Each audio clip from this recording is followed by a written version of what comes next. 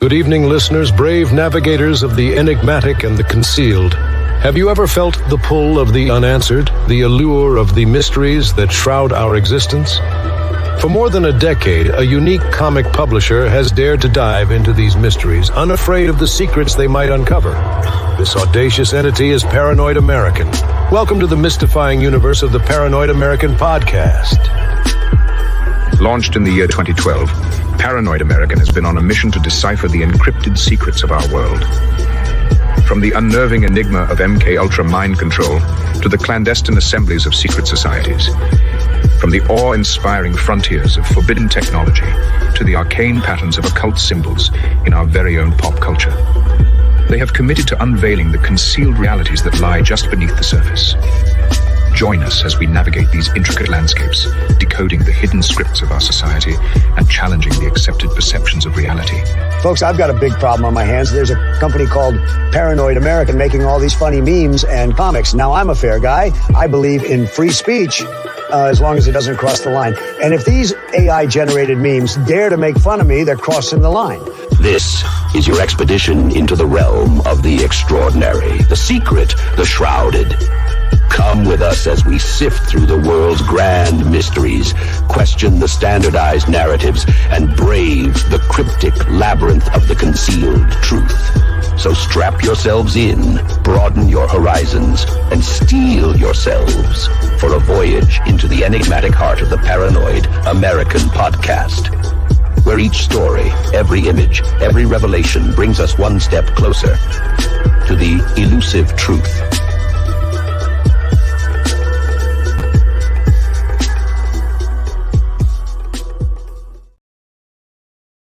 I'm down here. Sometimes I forget where I'm at, and I wonder if I've even started yet. Down here, and today we've got a special guest, Heidi Love. And Heidi, you had me on your show recently, but it almost felt like we were just like co-hosting the same show. Like I was interviewing you, and you were interviewing me back, and it felt like we only got like 1% of the way into all the different stuff we were uncovering. So first of all, welcome to my side of the world where I've got control. And tell people where they can find you. You've got amazing content. They're gonna find that out very quickly anyways, but where can they find you at? Yes, I'm Heidi Love. I'm at the Unfiltered Rise, wherever podcasts are served. I do have a Patreon if you want extra drops and extra content. I am an ex-Mormon for 34 years I was. So a lot of my content does revolve around that, but there's a lot of other things as well. So thank you for having me. I'm excited to be here. Oh yeah. And we've also got another little special guest. Oh, who was that? Did anyone see that? In and out. Almost. I wish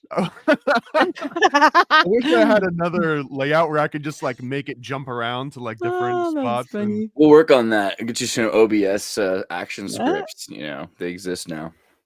I'm in it, man. I've had OBS open, but it's scary because then I start wanting to just like make all kinds of like I want to make it a game. Essentially. Totally. Yeah. No. Actually, I should set you up. So if you go to my GitHub, I have like just a section of GitHub of OBS packages, and some of those are just incredible because you can have like the first one was Luke Rudikowski wanted something where if you clicked a button, it would just show the bottom of the screen your name like you're in a news station, like so it's like this person being a shifty person, the lower thirds, yeah, and it's great because let's have that go on, and then to have like the little script that runs by on the bottom of the screen, and you can have that pulled from your other location, so it's auto chat GPT down. I mean, pretty sweet world we live in where you don't have to do any work and just robots do it for you.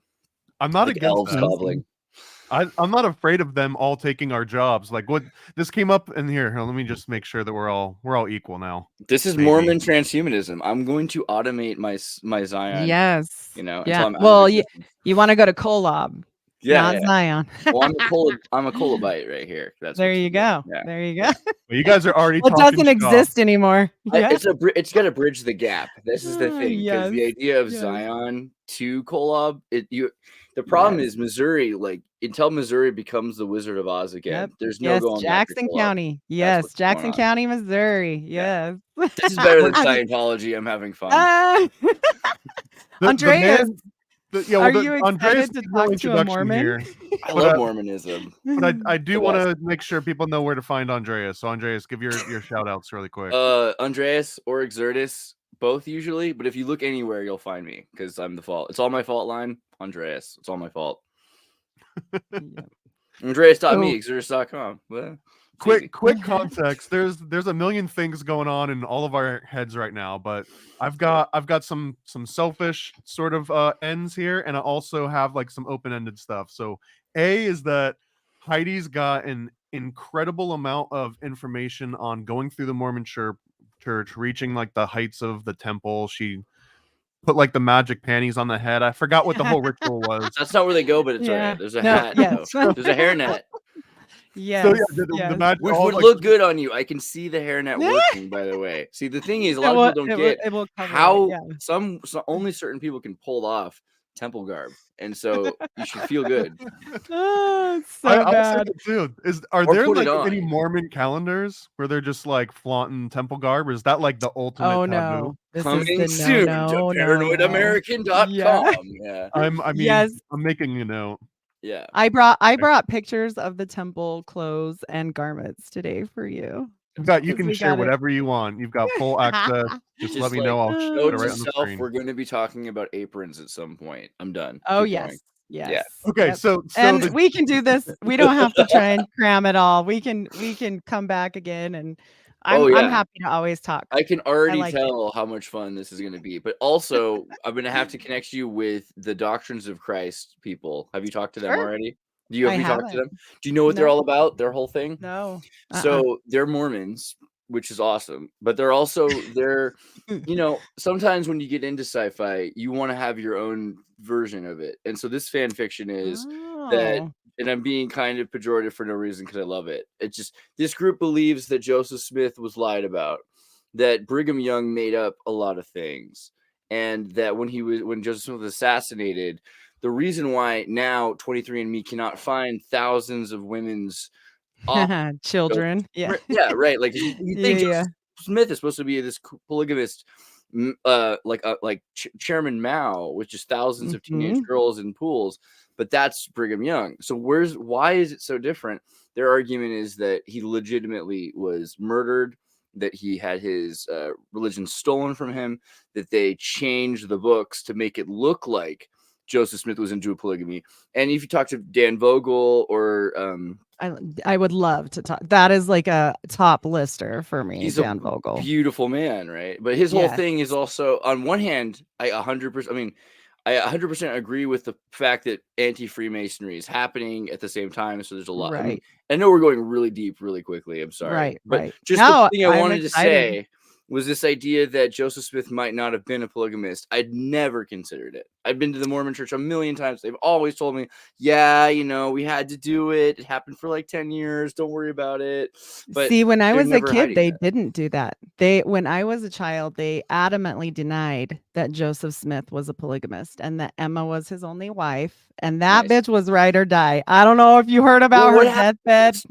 Man. Okay. Wait, so you're not reorganized though, right? Nope.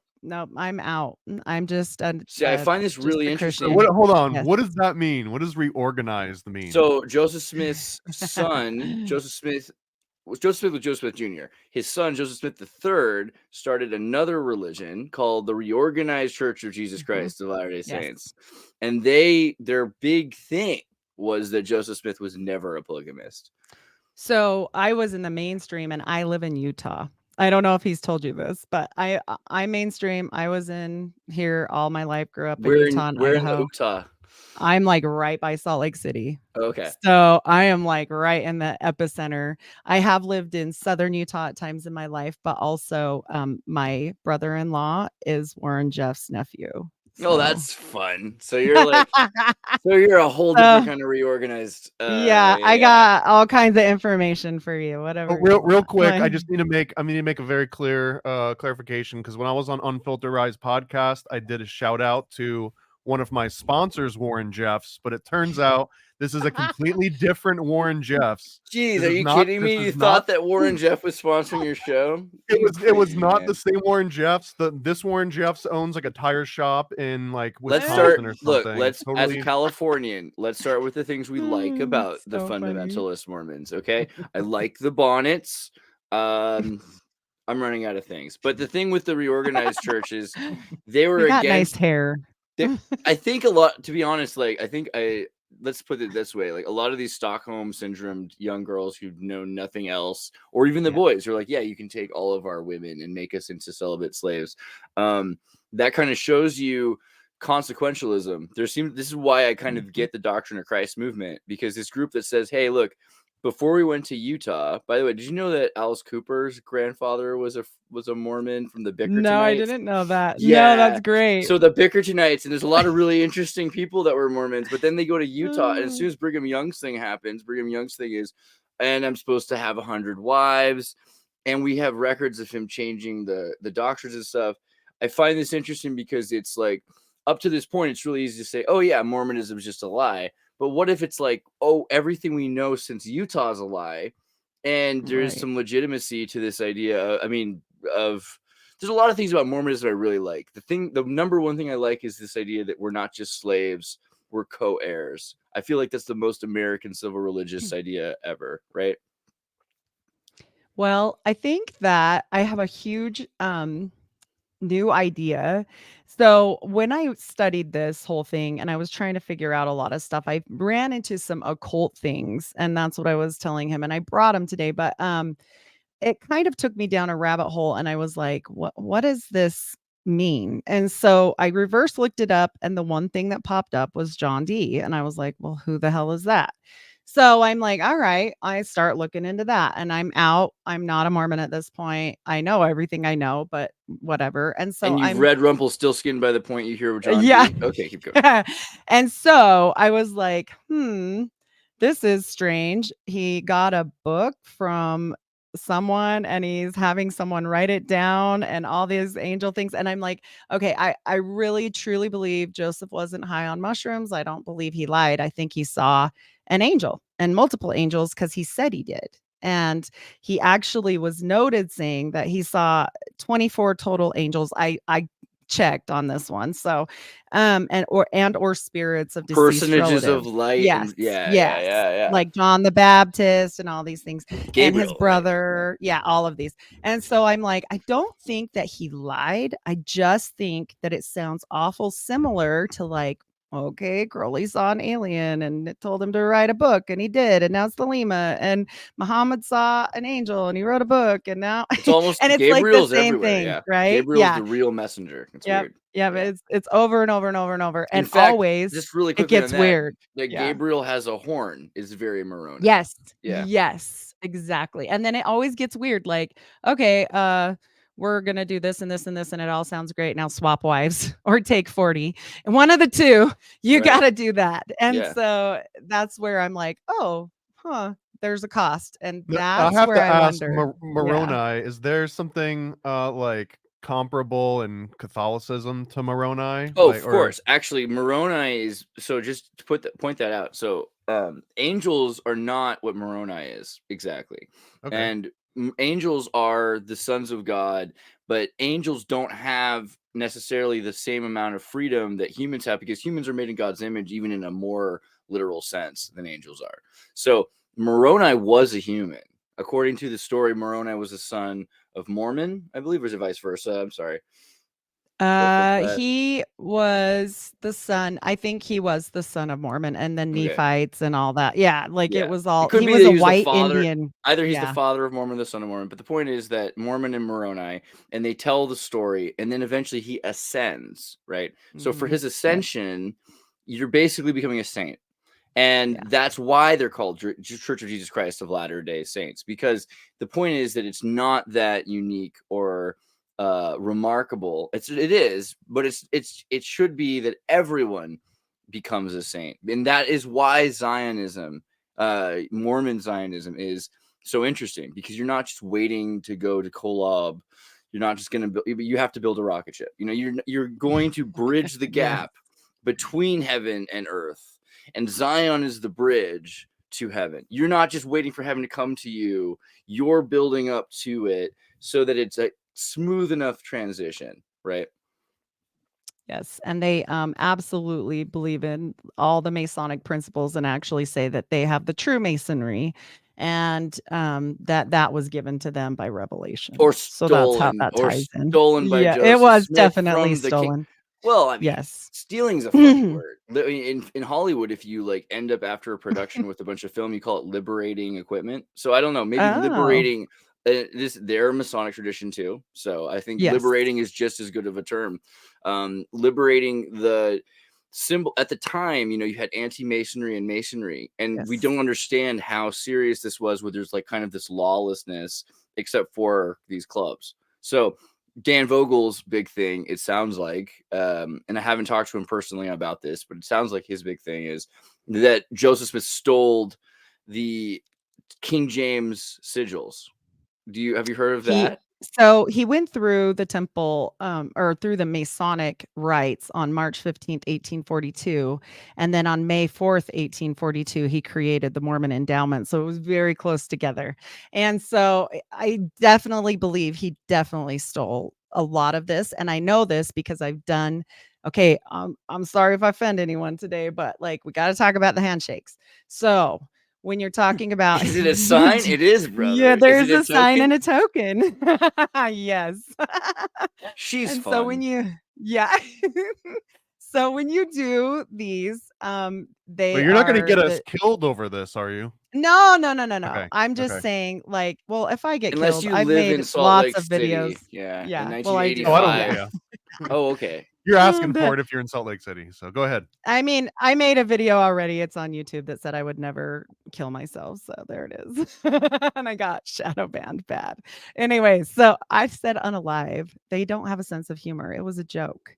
Anyway, so they do the true grip of the lion's paw, but instead of that, they call it the true sign of the nail. They just changed them.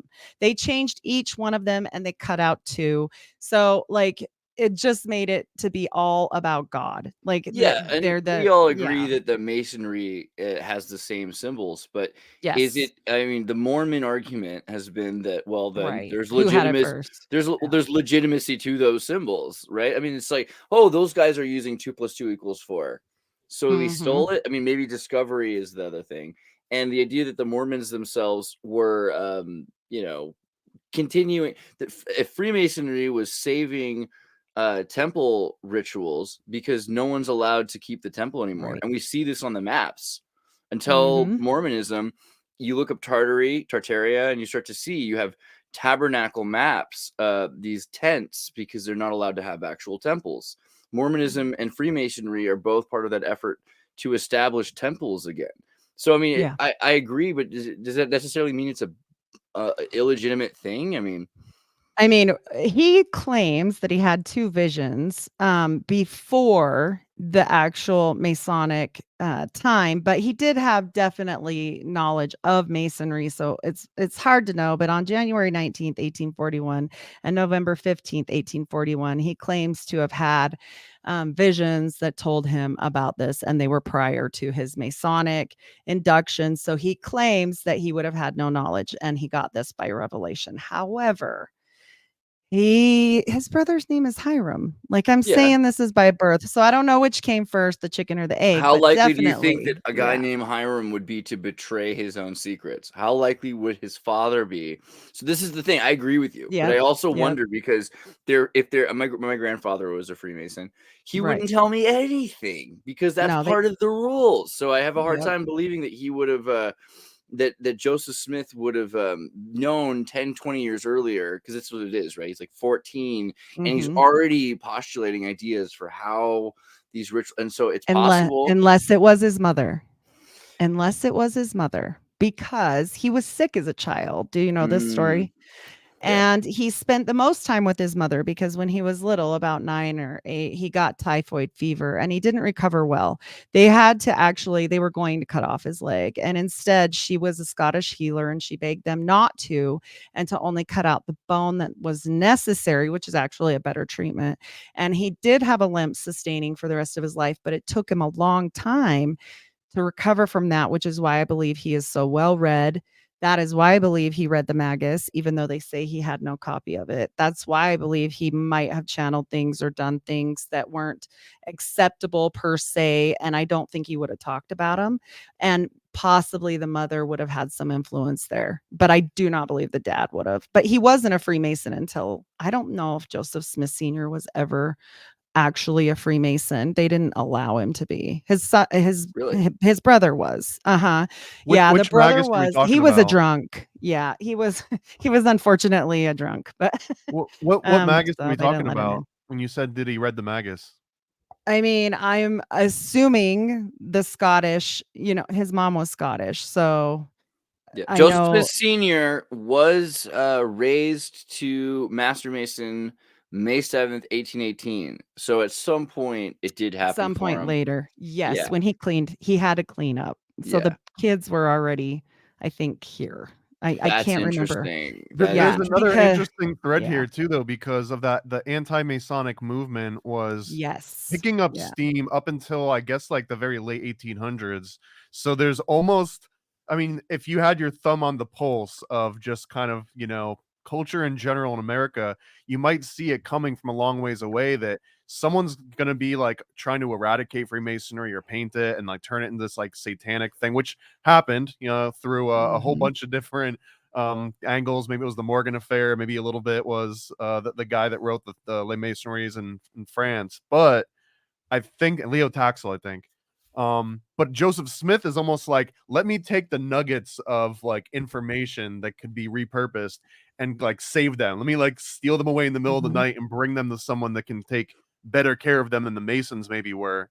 So I don't know if that's what was happening. Well, how convinced are you, Thomas? How convinced are you, Thomas, that the Freemasons invented these rituals? Because a lot of the lore of these things is that they're more ancient than their creators, and the fact that Joseph Smith has the same ritual, whether that means he's ripped it off or that it's based on something, it kind of means that there's something like this Spinozian original movement, like this original prime mover. So what do you think about Freemasonic rituals? Are they just nonsensical plays made up in the 17th century, or do they have something to them that...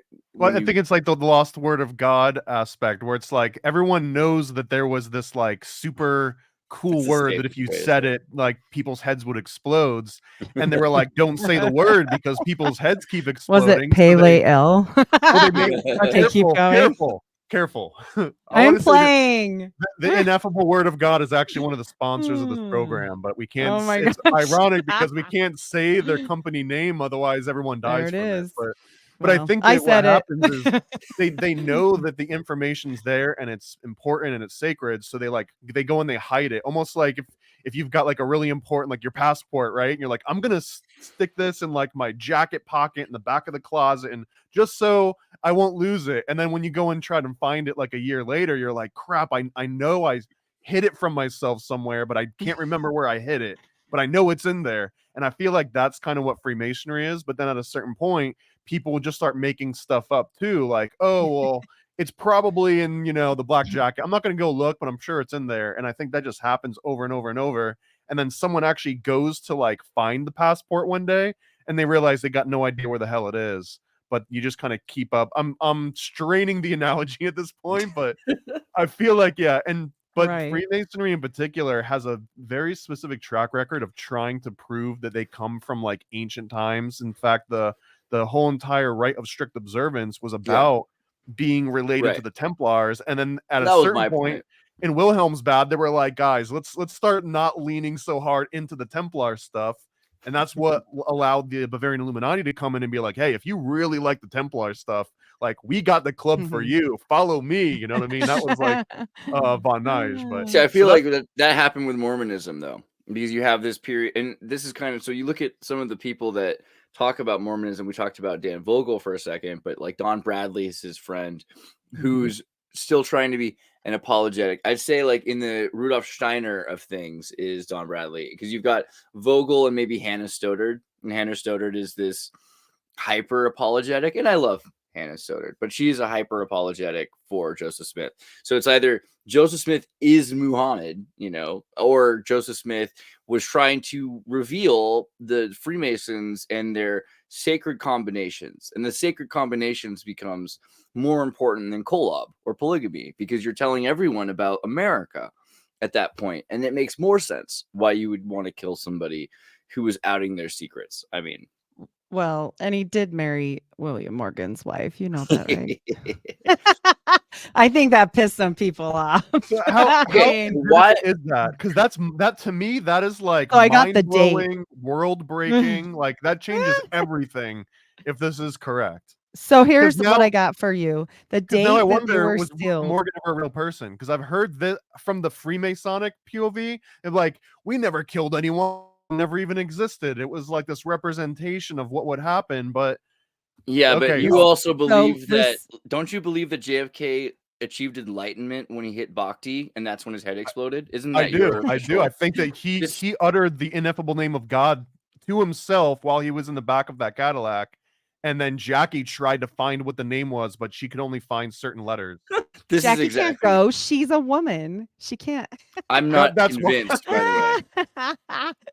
I'm just playing. Okay, so Lucinda Pendleton, who also later married George Harris, was sealed due to, remember, I told you the Mormons love their records. The Nauvoo Temple sealing is recorded to Joseph Smith on 1/22/1846. She was indeed a real person and was indeed married to William Morgan as well before he died. Yeah. So that is a real actual record from the Mormon Church. So, but again, with the, and so just to say, not and that for just one more thing, just to plug my, like, where I got that from. So E. Cecil McGavin, 1954, Mormonism and Masonry. Just so you know. But just not out of my brain. Not that I disagree, because that's probably legitimately what happened.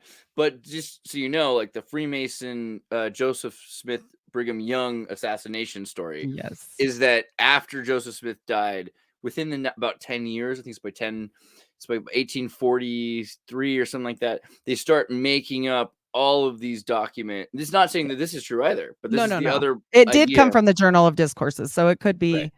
There's certain things that don't look like they're really written by Joseph Smith that sound more like Brigham Young. Brigham Young, love him or hate him, he has a way. Brigham Young did not do his job. He married 55 women and only had 57 children. He failed miserably. This is another evidence, I think, that polygamy is not. I mean, this is another thing. Polygamy is not super logical. A lot of these in the Book of Mormon, it's actually anti-polygamy. So by the time Joseph Smith is practicing it, Mormons are already surprised, because they were taught that it was against the rules in the Bible, and that when polygamy had happened in the Bible, it had led to familial complications and everything else. Whereas you see Mormons today that have one wife and they have like 20, 30, 186 kids. And I'm just kidding, but it's crazy, right? Still, how many Mormons there are. Yeah. There's a lot. They're more than the polygamous wives, because polygamous wives might, like wife number 17. Sometimes. You got to read wife number 17. Brigham Young's 17th wife wrote a book, and it's just suffering. It's like, it's very clear what it's misery. Well, King David said it was misery. Like, if they really read, Missouri's way worse than polygamy. Not Missouri. Yeah, misery. Is that the name of the book? All the same. Is wife 17. Yeah. Wife 17. He talks about all the suffering, but the thing is that Mormonism had to justify this. And so by looking through the effort, you can find Joseph Smith had a 16-year-old girl living in his house that was kicked out by his wife. You can maybe see that Emma might have tried to poison him once. But as you start digging into even that, you're like, wait, is Brigham Young trying to delegitimize Emma and Joseph Smith III's potential inheritance for the kingdom? Because it was prophesied in his patriarchal blessing that he actually be taking over the church. And so what's crazy is you get to like 1893, the church is banning polygamy. Joseph Smith III's reorganized church exists, and there's this perfect moment that I wonder. I spend way too much time wondering about when Joseph Fielding Smith meets Joseph Smith III. He meets his cousin, and one is the polygamous Mormon, and we've always been polygamous, and the other is the non-polygamous Mormon, and we've never been polygamous. And just their dynamic argument, it just seems very interesting at that time, because Brigham Young is dead. This is the perfect moment for the churches to reunite, and it could have been amazing, but it just couldn't be done because all of those documents show that Joseph Smith had all of these wives. But today you look at 23andMe, and if you could find me a single kid from Joseph Smith that was through any of these polygamous marriages, right? They're all married. He's marrying women that were in their 8-month pregnancy or were 60 years old. And they were like, they had 11 pregnancies that we know of that, I mean, he's fertile. Like, come on. Yeah, his wife had babies that they murdered in the night when he was tar and feathers. Did. Yes, they did. And honestly, I think they also had babies that were sacrificed because of, I think there was a cost, because when he went to retrieve the plates, it's not as wonderful sounding as you might think. It actually was very dark, according to his neighbor, who did an affidavit when he was arrested for treasure digging. And he stated that it was all done on the fall equinox. It was all in black. He had to borrow a black horse. He had to go meet this angel in the middle of the night with Emma, and Emma stayed in the carriage. However, he would have happened to be a virgin scryer until that point. Of course. Well, he had just got married. And so this was going to end, and they were there, and he had just had a scandal break right before this that I was telling him about on our last show, where they put out this newspaper clipping that was like, we didn't dig up our dead brother, and we didn't do that. We would never do that. And we were just checking his grave. And then it was like on the newspaper. And so that angel had required that his brother Alvin come with him to retain these plates the next year. Well, he couldn't because he died. And actually, there's pretty good evidence that he was poisoned as well. Yeah. And so they were like, okay, we just were checking his grave. But I believe that they were getting some bones or something. And then he presented it. And 9 months later, to almost the date, they have their first child, which was born extremely deformed, which they named after his brother Alvin, which only lived for like moments. And that to me is like the Faustian bargain. Like, you just gave up your firstborn son. And also the firstborn son of the father died the year before, which was Alvin.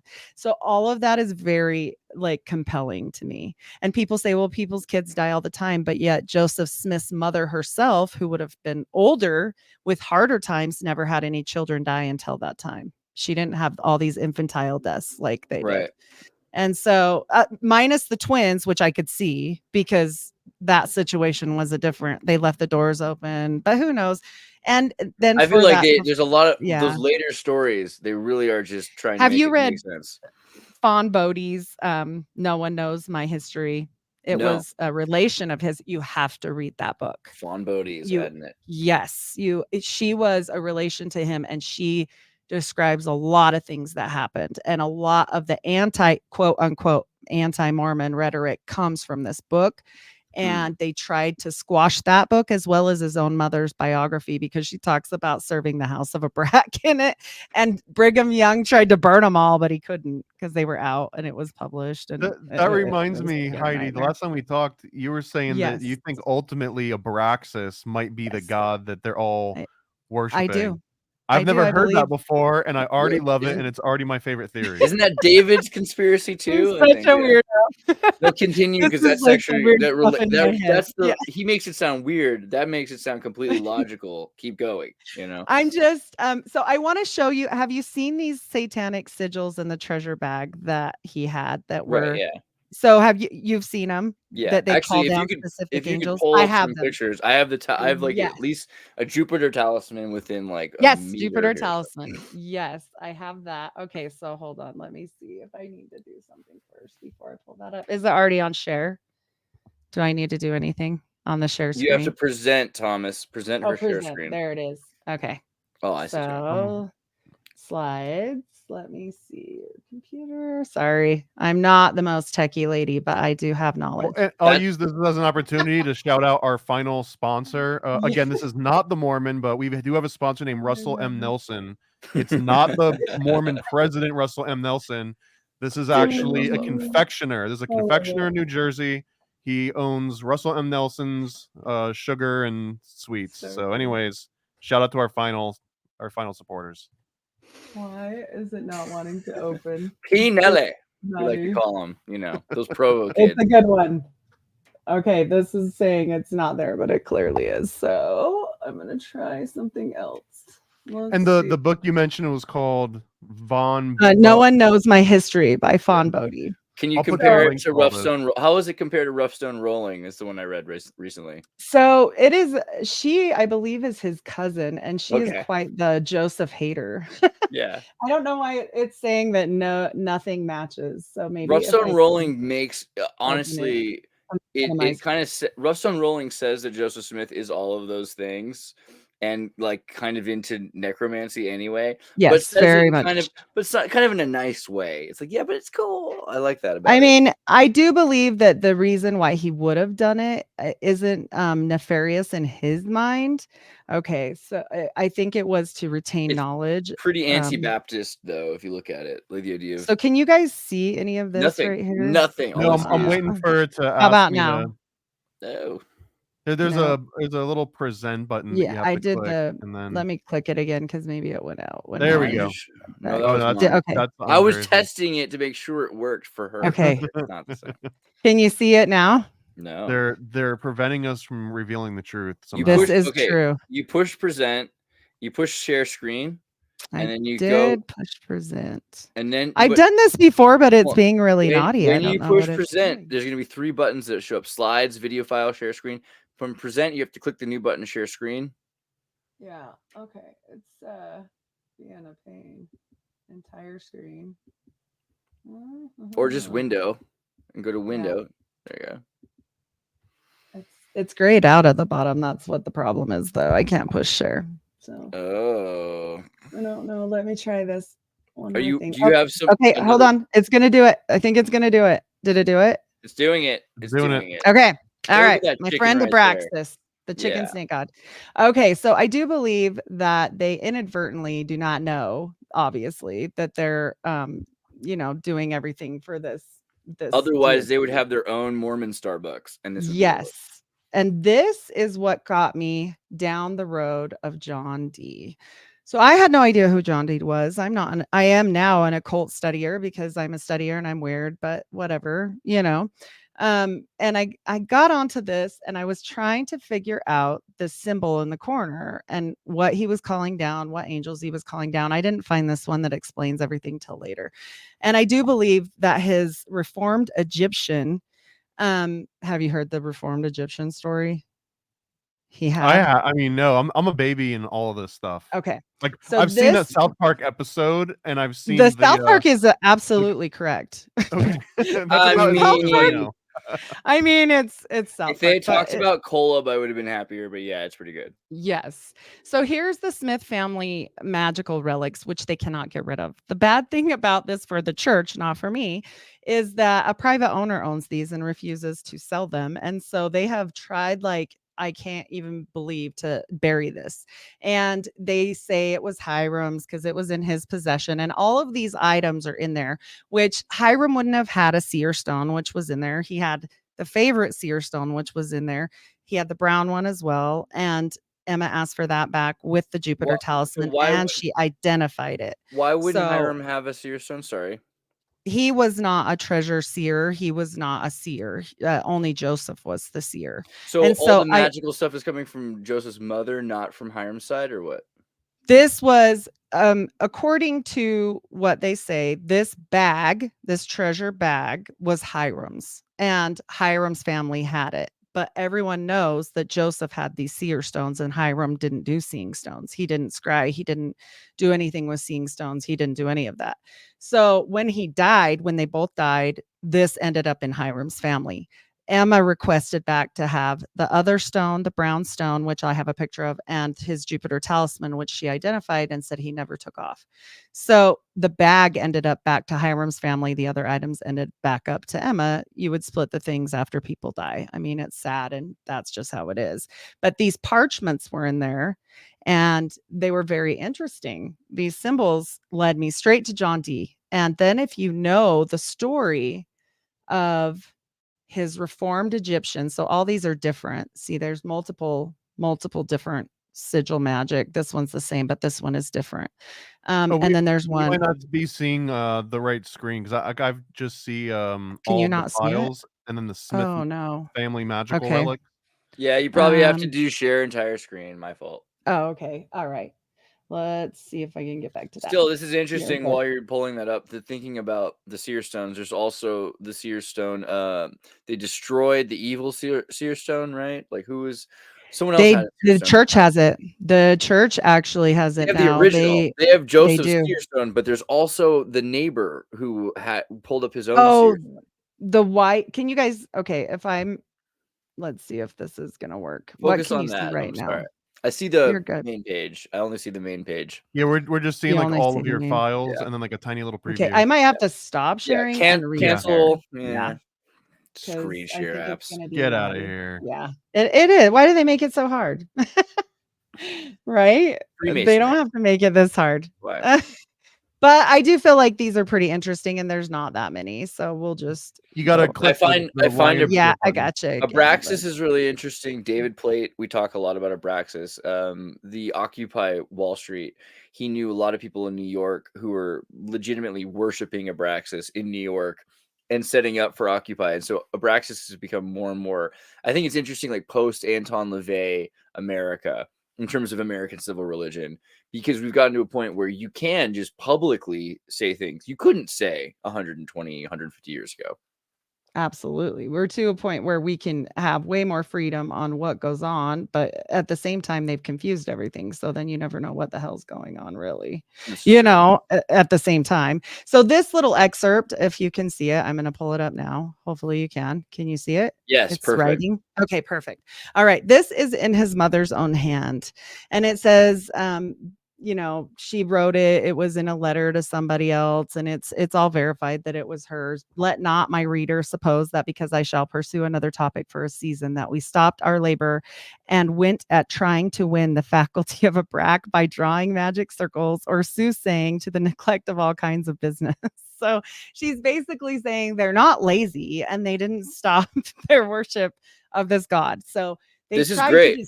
Right. Yeah, it's like this is one of the most legitimizing things I've ever read about Mormonism, because I've often said Mormonism is oh my gosh, Andreas, Gnosticism. I have to tell you this first. I appreciate that because I know that you're a walking encyclopedia, and that makes me feel really good. Thank you. I'm sorry about Snapple capping. But the Abraxas thing, because if you look at the Nag Hammadi, almost everything, like the Abraham stories, where everyone's like, that's not real. It's in the Book of Mormon. Then it ends up in Nag Hammadi. They seem rather aware of Gnostic stories. This is true. And they would not have some of these possessions if not, because they have a Mars knife for sacrificial killing. They have these magic sigils. They are all identified as belonging to this family, regardless if it's Hiram or Joseph. They work together. Everyone knows that they went and did treasure digging together, and Joseph was prosecuted for it. So it would make more sense that Joseph would have the treasure digging bag. It wasn't Hiram they took to prison or jail or took him up. He got out of it. But coming soon from paranoidamerican.com, the complete set. Yes, you should make these. It would be fun, actually. You could make the little bag and everything. So this is the actual documents, but this is the documents kind of deciphered, and somebody's gone through and highlighted the different things. Very similar to John Dee. If you look at this and then the story where he said that he was told everything was in Reformed Egyptian, that he would have people write down, and I have some samples that will be very interesting to you. So this is one of the parchments. There's a total of 3. This is another one. This is called the Jehovah parchment. And that one in the corner is the one that led me to John Dee, because that is a specific calling out for a specific angel that is pretty rare.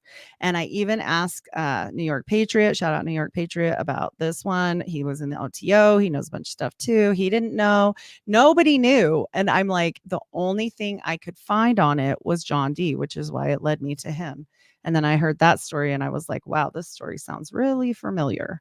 This is also another one. So right here, all the parchments likely belong to Joseph Smith Jr. and Joseph Smith Jr. were inherited by Hiram's family after his death in 1844. This parchment is in the property of a private collector, and these are the only photographs available. So can you go back to the one that you were just Absolutely. on previously with the circle? Yep, of course. Because this one also, not knowing anything about, I mean, I can recognize some of the Enochian symbols, but this also is dead on for what they would call an incantation bowl that dates It back. is absolutely is. Because absolutely one of the is. specific things is that, and just as you said, it was like a plead. So you would write these incantation bowls and you would write like your pleas in this spiral around it. And usually they would bake that into like a clay bowl and bury it in the ground, or they'd shatter the clay bowl in your face. So a big thing with midwives would make these on clay, put it over the face of the woman or the stomach of the woman, shatter it once it got wet. And that was supposed to stop from stillborns and miscarriages, and it worked. And his mother was a healer. His mother was a Scottish healer.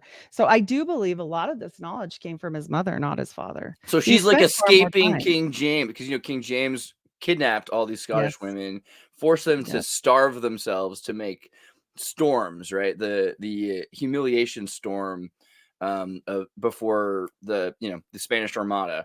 And so she's of the same kind of women that would have been forced to work for King James. I think that's interesting. Yes, I would love to know if we could find like more history. I haven't dug as much as I could, but I've definitely dug on Lucy Mack Smith, which is her name. Nice. And I'm telling you, there's a connection. Like, I can't be the only one. I have scoured the internet and I'm like, why am I the only one that's figuring this out? Like, this Reformed Egyptian is definitely Enochian alphabet. Like, and when we get to the sample, you'll see, but I just don't think there's any way to dispute it, And then he also wore a talisman. This is a copy of his actual Jupiter talisman. Practical. And he never took it off. Yeah, he never took it off.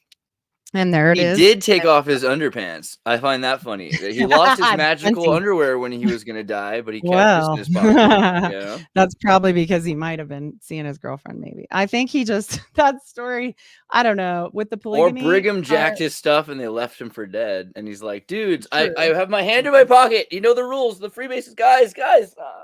Yeah, they ignored his call, and he did do the call of distress as well before he was killed. This is the Mars knife that was also in there. The actual neighbor that I was telling you about that left an affidavit. These are not hearsay; these are like affidavits for court. Also spoke about this and them sacrificing a black goat or lamb. It was either a sheep or a goat at like 3:00 in the morning to try and find treasure with this knife. And he was one of the ones that brought suit against them.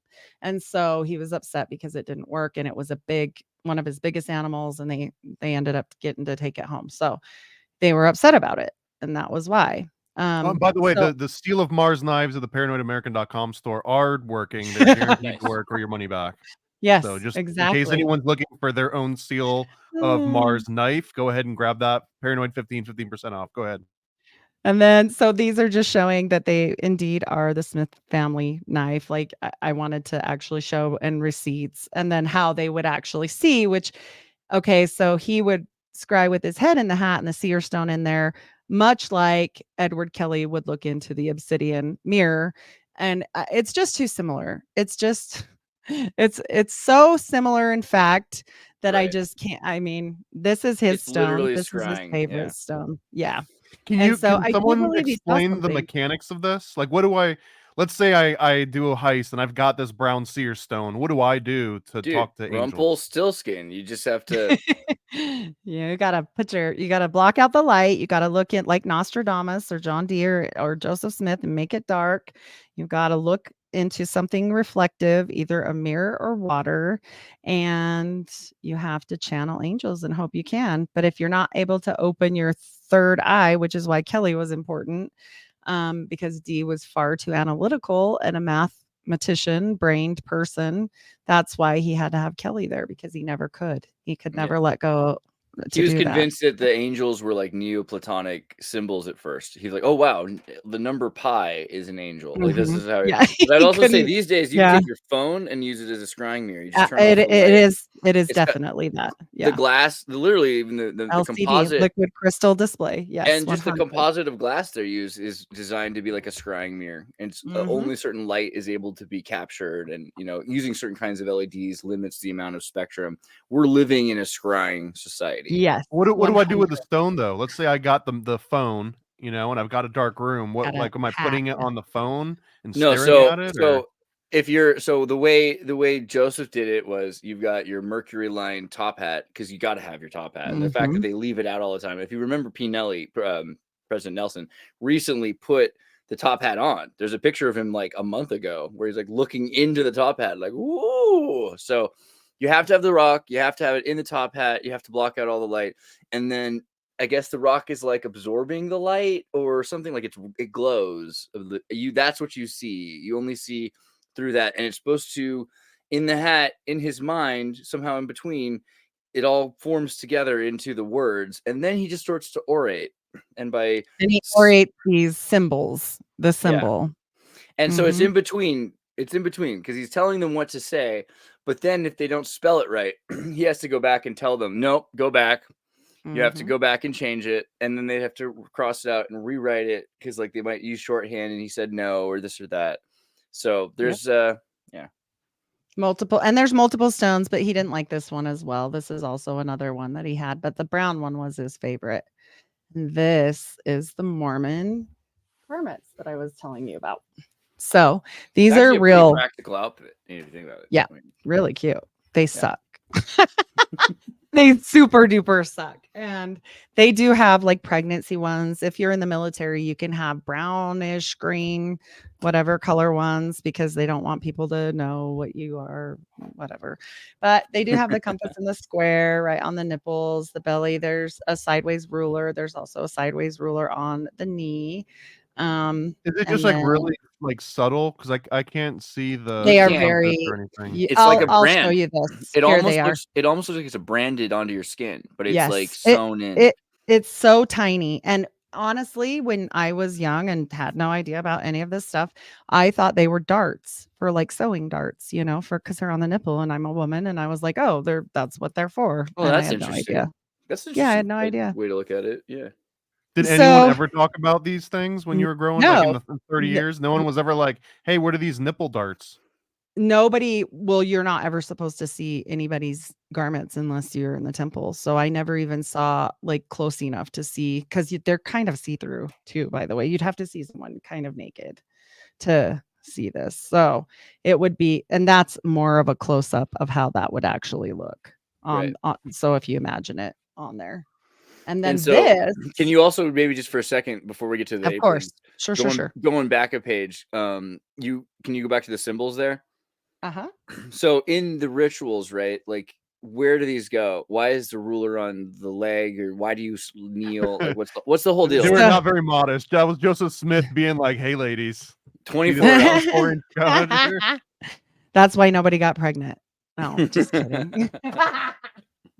Okay, you completely. It actually went. I'm the worst. I was here on Sunday. I just want to point that out. But you kneel on your knee, right? Every knee shall bow. Because every knee shall bow, right? So yes, and that's all I was ever told. But honestly, they never tell you anything about the square and compass. But you got to kneel on your ruler. Why is this happening? I don't know. Because you have to stay on your square. You know about masonry. Yeah, sounds pretty. So yes, yeah. All right, we're not trying to get anyone killed here. Sorry. I don't know what to say. You just told me that the Morgan affair was a real thing, so now I'm actually looking over my shoulder. From my experience, as long as everyone else says it but you're fine. You're like, okay. Welcome to Geraldo. I'm not one. Yeah, you're fine. It's just. Your fault. I think it's like, what is it? Skull and Bones is the one where if someone mentions it, you have to just walk out of the room and not say anything. Dude, I don't Makes have. sense. If you're Krav Maga, okay, but this is now my favorite part. So why are we wearing green leaves? And What's these are going on? dabs, right? Okay. Did Mormons invent the dab? Yeah, they dab. They Yeah. dab Well, for actually, I sure. think Solomon did, This but is it's one of the still signs. it made it in. But we don't do it anymore. So they got scared. This is also my problem with mainstream, at least. And I actually have more respect, if we're going to go respect wise, to the polygamy part branch offs because they never changed it. Because they're at They least didn't hardcore. change. Well, they haven't changed Yeah, it they since never Brigham change Young. it. They haven't changed it Yep. since Joseph Smith was murdered and Nope. Brigham Young changed Nope. it. Yeah, they've been keeping it And since then. Yeah. Yep. And this sign, the first sign that you see, the same as the OTO does at the top, they don't do it anymore because it scared so many people. They also don't do the split your belly open anymore because it scared so many people. They changed Also, that in because now 1985. Nelson can kill you with a vac. I didn't say that. But there's other ways. There's other ways. There's other ways. Yes. Yes. And then, so these are the signs and tokens, but like I said, they quit with the first one. So that one's gone. And then this corner picture is one I always like to bring up for people because there's a book. Now, this is what they tell us. What they tell us and what is two different things, right? They say, if you come to me and say, can you pray for me? And I'm a Mormon, I'll say, sure, I'll put your name on the temple list. Ooh. So they put it inside this box and they put supposedly the names that need to be prayed for inside this box. And that's what the people up there are chanting. And they do this 3 times with the thing I guess I'm not supposed to say on here with the Pele. We'll just leave it at that. And they don't say that anymore, but they do say, oh God, hear the words of my mouth, because people started finding out what that actually meant and they didn't like it. Because it What are you means, not supposed to say? Don't not say it on my behalf. oh, Paleo. I don't care. Like I'm out. I don't. And they didn't say that anyway. When I would go through, they've changed it. See, they I change want to everything. wonder about Pele so much. Do you want? Can we? Yeah. Can we go into that? Say, We can. What do you know about the Hawaiian? Like, because there were Mormons in Hawaii. Is that why the Pele happened, or what's the deal with the Pele? Why is this? So technically, it's supposed to mean, oh God, hear the words of my mouth. But technically, it means, oh God of this world, hear the words of my mouth. Okay. Where the temple apron comes into huge play, because during the ceremony, Adam is praying and he's asking for help after they've been thrown out, and he's in the world, a lone world, and he's sad and he's praying at an altar. And he says, oh God, hear the words of my mouth. And who comes? Satan, not God. Right. And Lucifer comes and he says, so we'll say Lucifer because they refer to him as Lucifer because it's their brother, they say. So he says, you should cover up because God is going to see you and you're naked. So here's this apron of fig leaves. This is supposed to be fig leaves, which this apron did not look this way when my great grandma went through. When my great grandma went through, they were Masonic aprons with pillars. And I have a picture. It's weird that they don't look like that now, actually. I just noticed that she said they suck. Yeah. She's like, oh, these ones suck so bad. We had cute ones and whatever. And I was like, okay, that's weird. But like, I never knew what it meant anyways. This is why they also changed this for women. You used to have to veil your face because you weren't a priesthood holder. As you notice, they have the robe that only covers one breast. That should look familiar. We've already got our underwear by this point, head coverings, and women used to have to veil. Me because I see black aprons and I'm not familiar with black. They're green. Aprons. No, it's just a so dark picture. It's green, green to represent the leaves, because when Adam and Eve have to hide themselves under the leaves, right? Yes. Yep. And they're sewed on there, but you can't really see the detail. And but these are also they're fabric. They're not lambskin. They're fabric. They're silk. Yeah. I think at some point they might have been leathered, but they're not now. Yeah. So, and then I don't know if you want to go over those. Like, yeah, go for it. He's only not allowed to talk about the whoa. Heidi's gonna be fired from the show. I kind of a drink. I'm not a part. Okay, we'll just say this. We already went over that they changed the names of this. That's not the only reason they're on there, and they X 2 of them. And so they hold on. Please don't take me out of the running for 33rd degree just because Heidi wants to go. I changed it. I changed it. I don't stand by any of this. I'm hereby giving this over to Andreas. So this is I'm pro handshake. I love secret handshake. I think they're fun. I go back to the handshakes. I'm leaving. So do you know why we do the hand? Do you here? I'll go through these slides and then we can talk more because it's weird. I don't know. I No, can't but see you guys. But he's down for the handshakes. I'm pretty sure he wants so to know the why Mormons get to handshakes, do them. Yeah. the handshakes are actually what you do to pass the sentinels and angels that guard the veil of heaven It's to a the freaking celestial veil. kingdom. You have to reach Yes, and it through. is a curtain. It's Yes, a literal veil. You have to go with through a holes in it. curtain. There's holes in it. And here's the interesting thing. So we all get new names, and the first time you go through for yourself, but the next and any subsequent time you go through for dead people.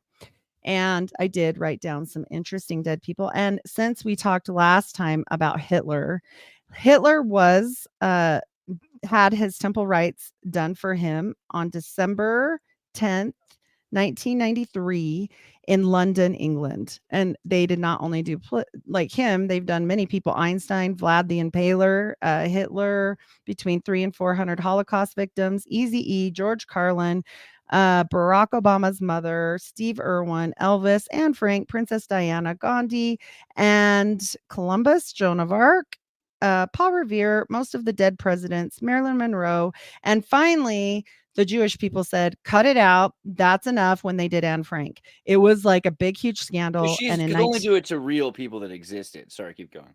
Yeah. So in 1995, they had an agreement between the Jewish top people and the Mormon top people, and they signed and said, "Hey, we'll cut it out." And then they didn't. They got in trouble. I was gonna say, more. like, even if they said they were gonna stop, why would you believe? Yeah, they that? didn't. They definitely did not. They got in trouble twice more for violating. And frankly, I don't need Anne Frank really in my upset. Mormon heaven. I'm fine with that. That's not gonna. I mean, but I think the thing that people misunderstand about that is, and I hear the Mormon argument that they're going to save everyone. Yeah. No, it's not. It's not because like the Mormon heaven. It's not the Book of Mormon musical. Spooky Mormon hell isn't a thing. You have well, actually. It is for me, Andreas. You do know that, right? No. So the idea of sons of perdition. Sons of perdition. Okay. Yes. Sons of perdition. For murderers and apostates, I go. Yes. Yeah. Darkness. But that's my point. It's not spooky Mormon hell doesn't exist. It is literally disconnection from all things. This is like a Jesuit idea. The idea that you're not in fire, you're in nothingness, and your whole self is separated. Outer darkness. Yes. Yeah. I mean, you are no longer oneness. And there's no God there. And since you're made of God, I mean, imagine just being the material shell without Geist. I mean, that is a far deeper and more Gnostic idea of a hell. And so the idea also of Hellenism, that we have this Crusader Christian, anti-Athenian, anti-Hellenistic idea of hell. That's not Christian hell. Mormon separation from God, actually, that sounds more legitimate. And it says in the New Testament that you have to be baptized. When they go to Africa, Mormons do well in Africa because Africans, guess what? They it. don't just go to Africa. I was telling him about my friend. Actually, he's a boy that calls me mom because he grew up with my kids, but he went on a Mormon mission and he went to the depths of the most ghetto part of Chicago. They send them everywhere. Okay, but Chicago, you're less likely to. I don't mean like. So the thing about it's not the color of the people. It's that in Africa they have religions. Oh no, I'm just saying they send them anywhere. Yeah, but it's working in Africa because they are aware of the idea of soul and body being separate, that a material form can experience a ritual that a spirit can't. So the spirit having the ritual in effigy, when they start to explain why they baptize in the name of spirit in Africa, they're like, oh yeah, duh, of course. That's what we've always done, because those spirits can't receive without a body. So, I mean, in a way, it seems more legitimate in terms of outside of Occidental Christianity. So I know that they do also still say that people have free agency to take it or leave it. So it's not like the people that they did automatically have to do whatever. Right. Yeah. So it's kind of you're in a waiting room waiting for this stuff to be done, is how they explain it. And so, I mean, if somebody really was offended that was Jewish or whatnot, like at least have that comfort that it's not forced upon anyone. You gotta choose. Yeah, magic requires volunteer. Yeah. Yes, it's not forced. And then this is just another kind of excerpt from a really old book I found. This shows the layout of the Salt Lake City Temple and how it is laid out with astrological layouts Who and the doesn't love phases the of the 8 moon. Vedic moon Yes. discs? Come on. Yes, exactly. And then they have so many signs and sigils anyways. It I'm would take worried. Have you heard they're going to take these 100. down? No, but I wouldn't be surprised. They're This trying to cover year, a lot of this things. year they're Yeah. talking about they've taken down about 100 Moroni statues in the last year and a half. Yeah. And They'll they're just put this stuff inside. Like they'll just yeah. you know, I don't think they'll ever desecrate Nauvoo or this one just because they're so old, but they might. I don't know. They Well, they're might. doing it There's right been a lot of now. The SLC controversy. temple is being refurbished right Yes, it's now. being redone right now. And Yeah. Who a lot of did Moroni inappropriately touch that he's So getting canceled? actually, I just want to comment on that. If you start typing in Moroni struck by lightning, you'll find thousands Oh of yes, examples where it did. Moroni gets It hit did by happen. not Yeah. just He here, gets, not just there. Hundreds of temples have had to happen yeah. repeatedly. Yep. It happens all the time. That And seems so more and like this it's fall. There'll be an earthquake and he'll fall, or his Yep. horn will fall out of his hand. There's been some weird Yep. things. Couldn't you So just much say that stuff. that's like if you put a lightning rod on the top of your building, it kept getting hit for some miraculous That's reason? literally what Mormons in the 80s would say. You're like, well, It's you know. true. It's true. Yeah. And then this is the actual apron. The apron worn by temple patrons is green, which is symbolic of the fig leaves of the green apron. Our fruit, known for the countless multitudes of seeds, the green apron full of fruitful seeds is worn after Adam and Eve are cast out unstrategically over the loins, symbolizing the new power to procreate. Satan's apron, currently in temple ceremonies, he wears a dark apron, which he says is a symbol of his powers and priesthoods. Before the 1980s, Satan in the temple wore an apron with many symbols on it, including the all-seeing eye, beehive skull, crossbones, compasses, suns, moons, stars, etc. So my great-grandma has verified this. She's passed on now, but she definitely told me this was real. So Well, what is this? What? So Satan. it's, So it's okay, when you Joseph go into the Smith's temple, apron. when you go into the Mhm. temple, you've got like green aprons for most of your innocence, and then there's several Mhm. rituals which we haven't even gotten to yet. And I'll let Heidi do that. No, not But even close. oh, but the Lucifer thing. The Lucifer has more data, has more information, and it's not necessarily about evil. Like Orson Pratt would have said, it's about choice and the confusion of choice. Because is your choice just to be a slave, or are you supposed to embody what God would do and try to be like Jesus and act like Jesus is doing? So all of a sudden it becomes Yep. Lucifer is telling you, you have to fall into line, and Lucifer becomes the old church in a lot of ways, because the old church told you you have to submit, you shouldn't Yep. question. He even says in the temple ceremony, I'm over religion. So Is this metaphorical, or do you which is actually go to very Mormon interesting. temple and Oh someone's no, wearing a black listen, apron? I'll There's a tell you all freaking about this. This IMAX is movie. real. This is real. No. Sometimes they play it out as a play. Which is Sometimes so this much is better. legitimate. Well, And I so mean that's Scottish, right? Essentially, and most yes. of Freemasonry, but like these big theatrical.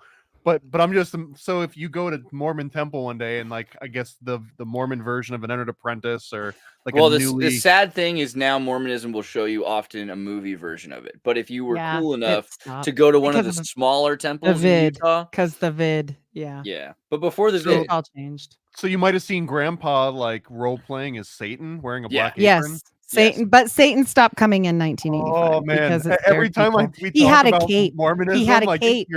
you're selling me on this. I don't know if you know He that. had a Heidi. cape know. and a It's top pretty hat. sweet. You're He had a pushing me top towards hat. the Mormon Church right now. Yeah. Yeah. And so that's also why some of the Doctrine of Christ people are concerned, because the presentation of Lucifer, of Satan, having a top hat, after Brigham Young saying, okay, well, now Joseph Smith isn't this hero Muhammadan that you thought he was. He's actually a sinner, and and so the whole perspective of Mormonism since Rough Stone Rolling, at least, has changed. That, yeah, he's a sinner just like you and me. And that's how he was able to talk to God. That's not the original interpretation. And more and more, Lucifer, I think, has embodied. Joseph Smith and Lucifer have kind of. And this is why I wonder: has the church really gone against Joseph Smith, whether they pretend that they love him or not? Have they kind of replaced him with this post-Brigham character? They definitely edify him in every way. Like even their Jesus looks like Joseph, to be How did you know? he's the white and delightsome. He's white and delightsome Jesus. Like Yeah. I should have put that. Did the OG Joseph Smith have us feel a certain way about like Lucifer within all that? Because he's the one that wrote all this stuff, right? Or So at least Not everything. it was Lucifer Also, was Elder viewed as Kimball our was the one who brother. said, Well, Elder Yes. Kilmer said Whiten delights him. Just so we know, Joseph Yeah. Smith was an No, abolitionist. way more people. Yeah, way more people than him, but it came after Joseph for sure. Yeah. Yes. And so this little excerpt at the bottom is the little piece that Martin Harris, who was one of his scryers, took to get it verified, basically, to get it said to be real. And he took that to Anton. Let's see, what is his name? LaVey. To get it done. No, not LaVey, but close, right? And the guy originally said, "Okay, I'll go ahead and verify it." But then when he found out really how they got it, he was like, "No, no, no, no, no, no! I don't want anything to do with this. Get me out of here. It's not me. That wasn't me. I don't want anything to do with it." But How they really get it? And so he gave it to him and said, "Will you please verify that this is like ancient Egyptian?" And so the above text, however, is John Dee's Enochian alphabet. And if you look at these real close together, there is no mistake what this is. So you said when they found out how they got it, how did they get it? Do you want to read that also? Sorry, I know you have the translation there, it looks like.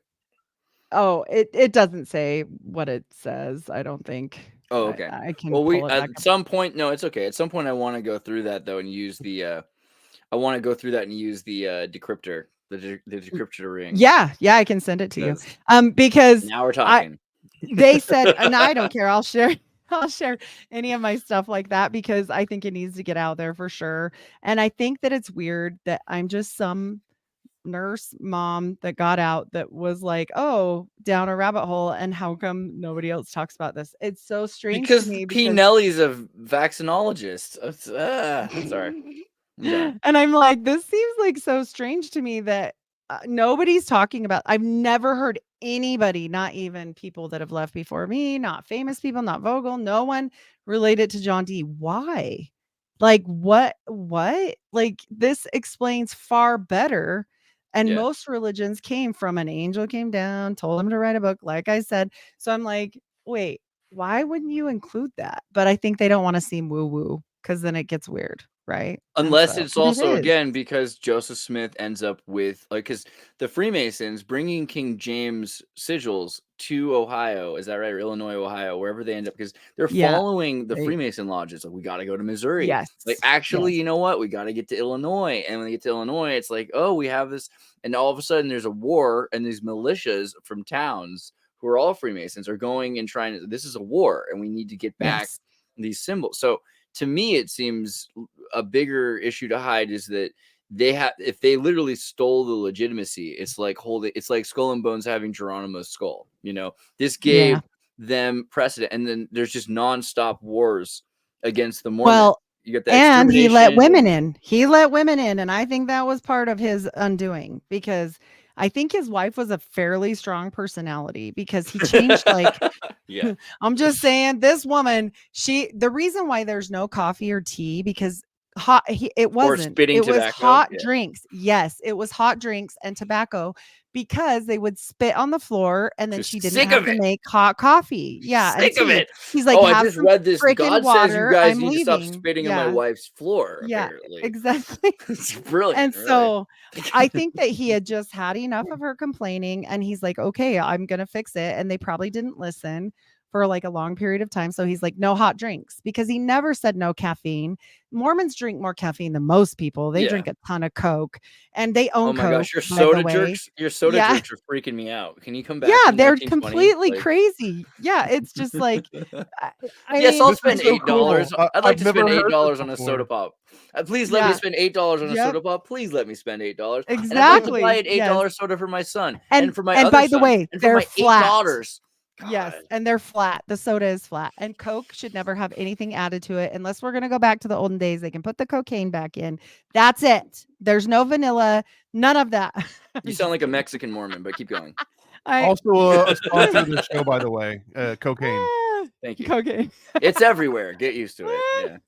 I'm just like, stop messing with Coke or Pepsi. It's just. Well, I like too that like maybe Joseph Smith found another gold plate and it was like, oh, and now God's telling me And that you got to then, take your yes. shoes off if there's like a carpet DNC is and no interesting. food in the car. Well, This is and the his coolest thing about cousins, all the people started having their visions because see, Oliver Cowdery started having visions, and that's his cousin, and all these people started having visions. And so finally, he was like, "Hey, cut it out! Like none of you Me can do only. that." If you guys have And visions, then they're probably from evil yeah, people. Smash yeah, that rock. Yeah. yes. And then he started excommunicating everyone that had helped him all the way, like Martin Harris, all these people.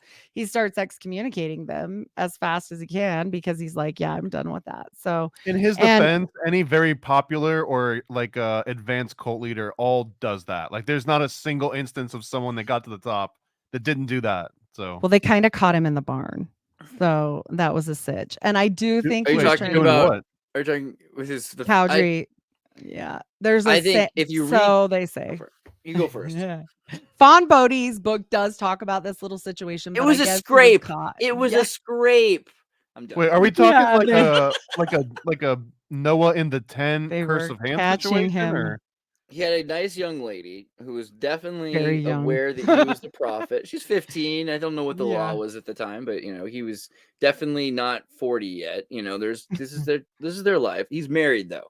And the story goes that there's a letter there's a tiny paragraph letter that says that is when I caught Joseph Smith in that affair with and I'm sorry, what's her name? Is it not Oh, I can't remember her name. Oh my Just the barn gosh. girl. I always just call her the barn girl. 15-year-old girl. Virginia Guffrey, wasn't it? Virginia Guffrey? And then it was his wife. And then it was his spiritual wife. Because then he had to like cover that up somehow. And maybe that was misconstrued. Like he's saying, like maybe it was never supposed to be. Helen Kimball. Yeah. Helen Kimball. So Helen Kimball, the story goes that there was this affair. But if you go back now and you read the document, and with our new technology, we can like see where the words were changed. The word affair is superimposed on top of another word. The original word was scrape. Scrape could have meant something like, his affair in a more subtle way. The fact that it's changed to affair makes you kind of wonder if it really was an affair. But this is also more of this 10 years after he's dead, Brigham Young's in charge stuff where they're like, yeah, actually, I'm not that bad. In fact, look, Joseph Smith was doing the same things I'm doing, except he wasn't, because Joseph Smith didn't have 50 teenage wives, which he was raping to have babies. And he was more, even if it's true, even if I don't know if it's true or not true on his polygamy, but technically it wasn't. It was polyandry because he was actually marrying people that already had husbands, and he was actually okay with Emma doing it. Like he was like, yeah, whatever. Like he really didn't care about that. And so it was completely different because he did give women kind of the right to do the same thing. She didn't. She was when I say ride or die, she looked straight at her son, even though there was lots of speculation whether or not it was like legitimate or whatever. But some girl got pushed down the stairs that happened to be pregnant, and that baby didn't make it. She did fall, and there was actually a lot of accounts that she whooped her ass, and I understand because I'm that kind of girl. I would whoop her ass, but women are regardless, true. Yeah, regardless, one way or another, that baby didn't make it, and she ended up marrying Brigham Young later. But the whole thing is like another. Yeah, they do this, and the women are power. Like the women, even nowadays in the FLDS church, if this happened to my brother-in-law, when he got home from just questioning, he went so light, and it was his uncle, and they were very close. In fact, he was put in the journals. They wouldn't let him have his kid back because in the journals of Warren Jeffs, it said he was to be the next prophet. And so they wouldn't give his kids back. They were like, no, you're not out. We don't believe you. They took his wife and they took his kids and they gave them to other people. They do this all the time. If you get disgraced for some reason, and it wasn't just him, it was his dad, his brother, they threw all of these people out. And like his dad had 3 different wives, well, up to 12 at one point. The ones he was raised with, 3 different wives and 35 children. And so there was way more when it got up to 12 kids. I mean, he has a book, just everybody know, it's Isaac's story. It's on Amazon. I plug it for him because he's great to have shared his story. He's very shy. He doesn't like to do that. So I like to put that out there, but it's a good read, and it's really what happened to him. And so anyway, he talks about how this happens all the time. You know, they just Particularly take with these kids. Yeah. FLDS definitely do, and Yes. that's also why I always wonder, like, the consequentialism of of Mormonism. It's clear, like, this is what happens. You get a super cat who has a bunch of cats, you know, but Mm-hmm.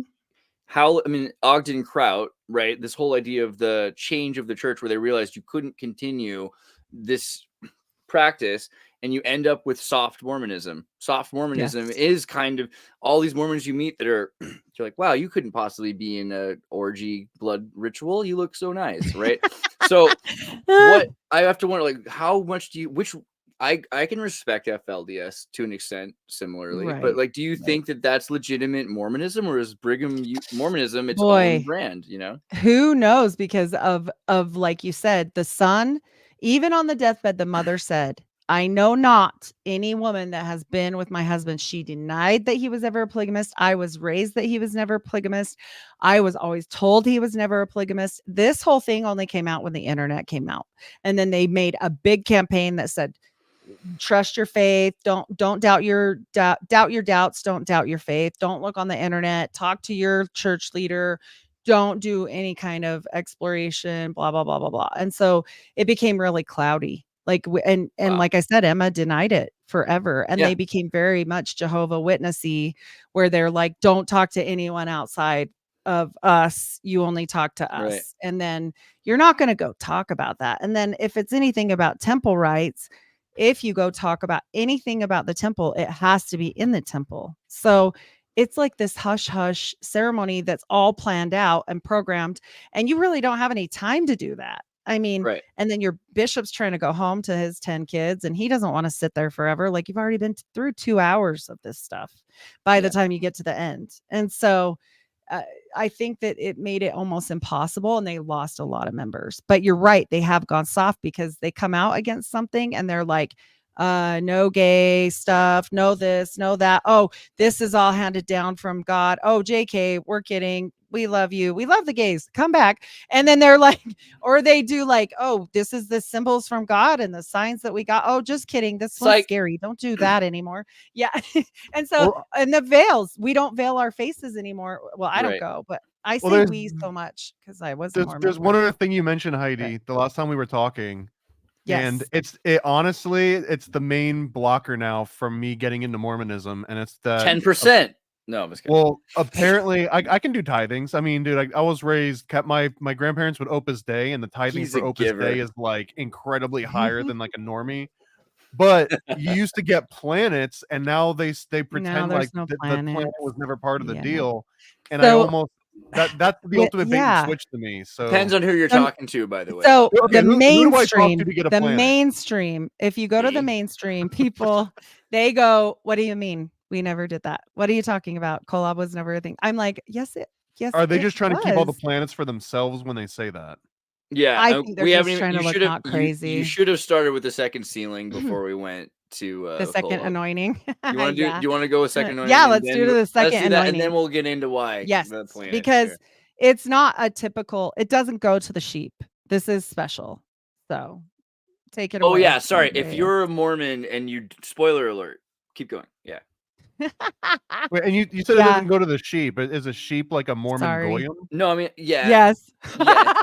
Goyim. Mormons understand goyim. One of the things I love about Mormons. But the thing is, I just want to say before you explain it, that the second sealing isn't something they tell people, to the expectation of, if you're a Mormon missionary, they have in their book, like, if someone asks you about the second anointing, what do you say? You say, we don't know what that is. We've never heard of that. You don't even say, oh, I'll talk to someone who knows more. You just be like, gaslight. Like, Gaslight is the response to knowing about this. All right. Yes.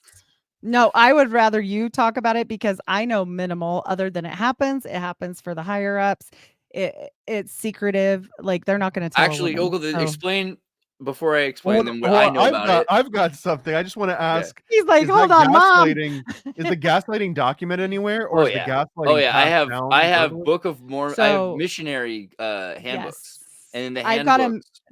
Now the missionary. Where were you? No, Okay. my neighbor, the missionary that got out, he told me he was a leader, like a pod leader, and they have a phone that connects directly to, like, if they ask this, you say this. If they do this, you do this. Yeah. And it's like a whole, like, oh shit panel, like, oh, those little diagrams. And in Oh, capital letters in bold, it says, "Stay out of the water."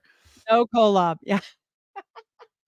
And no swimming. Yeah, no swimming ever while because you're the on your mission. devil owns the water. Devil owns the water.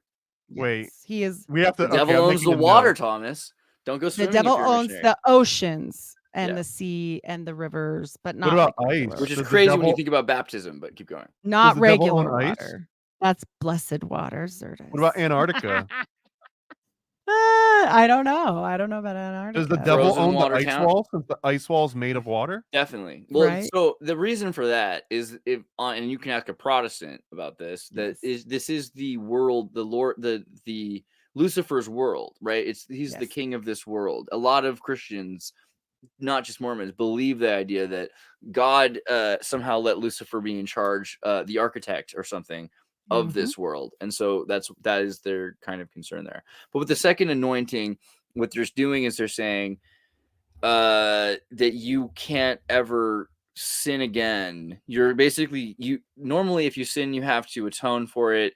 Once you've been second anointed, you're in. You're God. Yes. It's good. Doesn't matter what you do. Planet. You're going to get your family. You need your wife still, because for a while, being a planet meant polygamy. And then they're like, well, at least you just have to have a huge family, right? Have a wife and kids and start your family.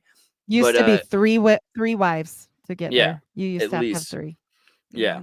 Because you have to be able to, I think it's because, and there's a reason for that. Like Pratt talked about, like you have to have multiple houses in the kingdom or something like that, like to be able to make it to the highest kingdom. Or the ghost babies. Remember the ghost babies that we so the thing is, all this stuff, like, so if you watch this stuff from the perspective of Protestants in the 70s and 80s when they made that anti-Mormon cartoon, there's a lot of Star Trek. There's a lot of Star Trek happening in America. It's very so what in my apologetics, Mormonism is scientific more than other religions, because Galileo kind of said we can have science be separate from religion. We'll keep doing this thing. Mormonism didn't do that. Mormonism says, okay, well, we can consider. They make it very relatable. Yeah, they made Jesus be born from a woman, and they say he was created just like any man with sex. They don't believe in the immaculate conception either. Like that was sexual. I had not heard that Mormons think Jesus had that God had sex with Mary. I've heard that from Protestants. Yep. You've heard that in church?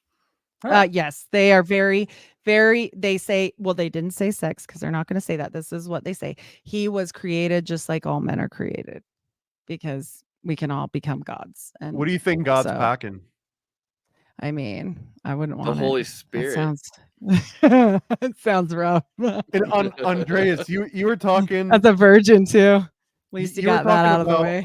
That you can't sin again. Are you saying like you're not allowed to, or you are impossible? It's impossible because you're forgiven. You can murder at that point. You can commit apostasy. You can probably even, if God came down to you and told you to open this water like Moses, and you said, no, not gonna, because that's what should get you into the sons of perdition. If you murder someone or deny doing work that God directly sends an angel or himself to get you to do, those are the unforgivable. There's 2 unforgivables. But they tie that with apostasy. So people that leave after they have the full knowledge, like I did, like I got all my anointings. I didn't have a second anointing. They don't. But this is presuming that they have full knowledge, by the way. Yeah, I had full knowledge, and I decided to leave and take off my garments and do whatever. So now I'm considered an apostate, and I'm going to outer darkness. And many Mormons will not associate with you if you are that person. So true. Yeah. There are, and so this is the other thing. There are, like, in Utah, there's a small group. I wouldn't say they're more than 1 million people, but there are in the world at least probably about 500,000 to 1 million people that think that, like we were talking about Goyim, this idea that you are so much better than other people because you're a saint, and you have to keep yourself pure by keeping demons out of your home, and you eat certain food. All why they're like reenacting demonic things in the temple and wearing garments over all the Which, holes. as a Californian, just sounds like Gestalt Esalen therapy, right? They're just getting Right? it out of their system. It could be great. And then I was telling my husband last night, I said, because we watched the episode with me and you because he hadn't heard it.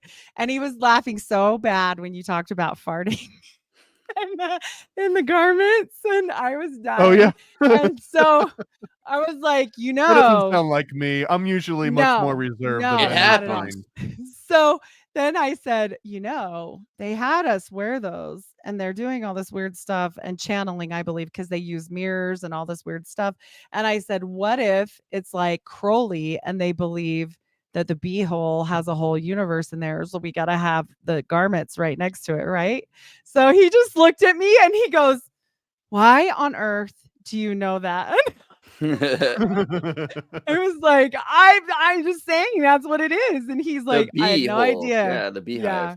He's like, I did not want to know that. And I was like, sorry. But the black thing him is, all a the lot. time. So my only concern with that is that a lot of that stuff didn't exist in the Nauvoo temple. It didn't exist until Brigham Young. I'm just gonna keep saying, and Brigham Young changed. We can call him Bloody Brigham because Bloody Brigham is his nickname. I like Brigham Young. Brigham Young is just, it's like Barack Feller on Agenda 21. It fits. Oh my gosh, that's so good. I mean, I can't take credit, but I hadn't heard that. I always hear him Bloody Brigham, and he wore a bloodstone. Did you know that? Yeah, Brigham Young always wore a bloodstone. Like there's one of my favorite songs is Brigham Young Did Nothing Wrong. Don't get me wrong, funny. he did, Oh but my the gosh. song is great. The idea of the blood atonement and what he was trying to wrestle with, and that he is exactly like Moses. Moses just isn't as awesome as people think he is. If you start to look into the truth of Moses and all of the transgressions and sins, like David or Daniel or any biblical figure, They're there's a lot all of sins. any biblical figure that God chooses is always a hot mess, right? Yeah, it's like a they're hot mess. never they're never like, go to the guy that's got his shit together. No. Let's go to the guy that's like the least likely to be able to do this and make it right. And they do somehow, but like I get it's it. impressive. That's metaphysics. But I think the point Yeah. is that you exist probably, I don't know if it's completely because of Brigham Young, but you live in Utah. So if it weren't for No, Brigham I Young, am my DNA, because I was dumb enough and I didn't know. I was a goyim. Don't blame me. I stuck the thing, spit in the stuff, whatever. It even says in my DNA, Mormon settler, like part lizard. Yeah, of course. I have hazel green eyes and I married redheads. My kids are just screwed. I mean, but like, and that goes to a whole nother, like, I'm very into the whole Nephilim stuff, and that goes somewhere else.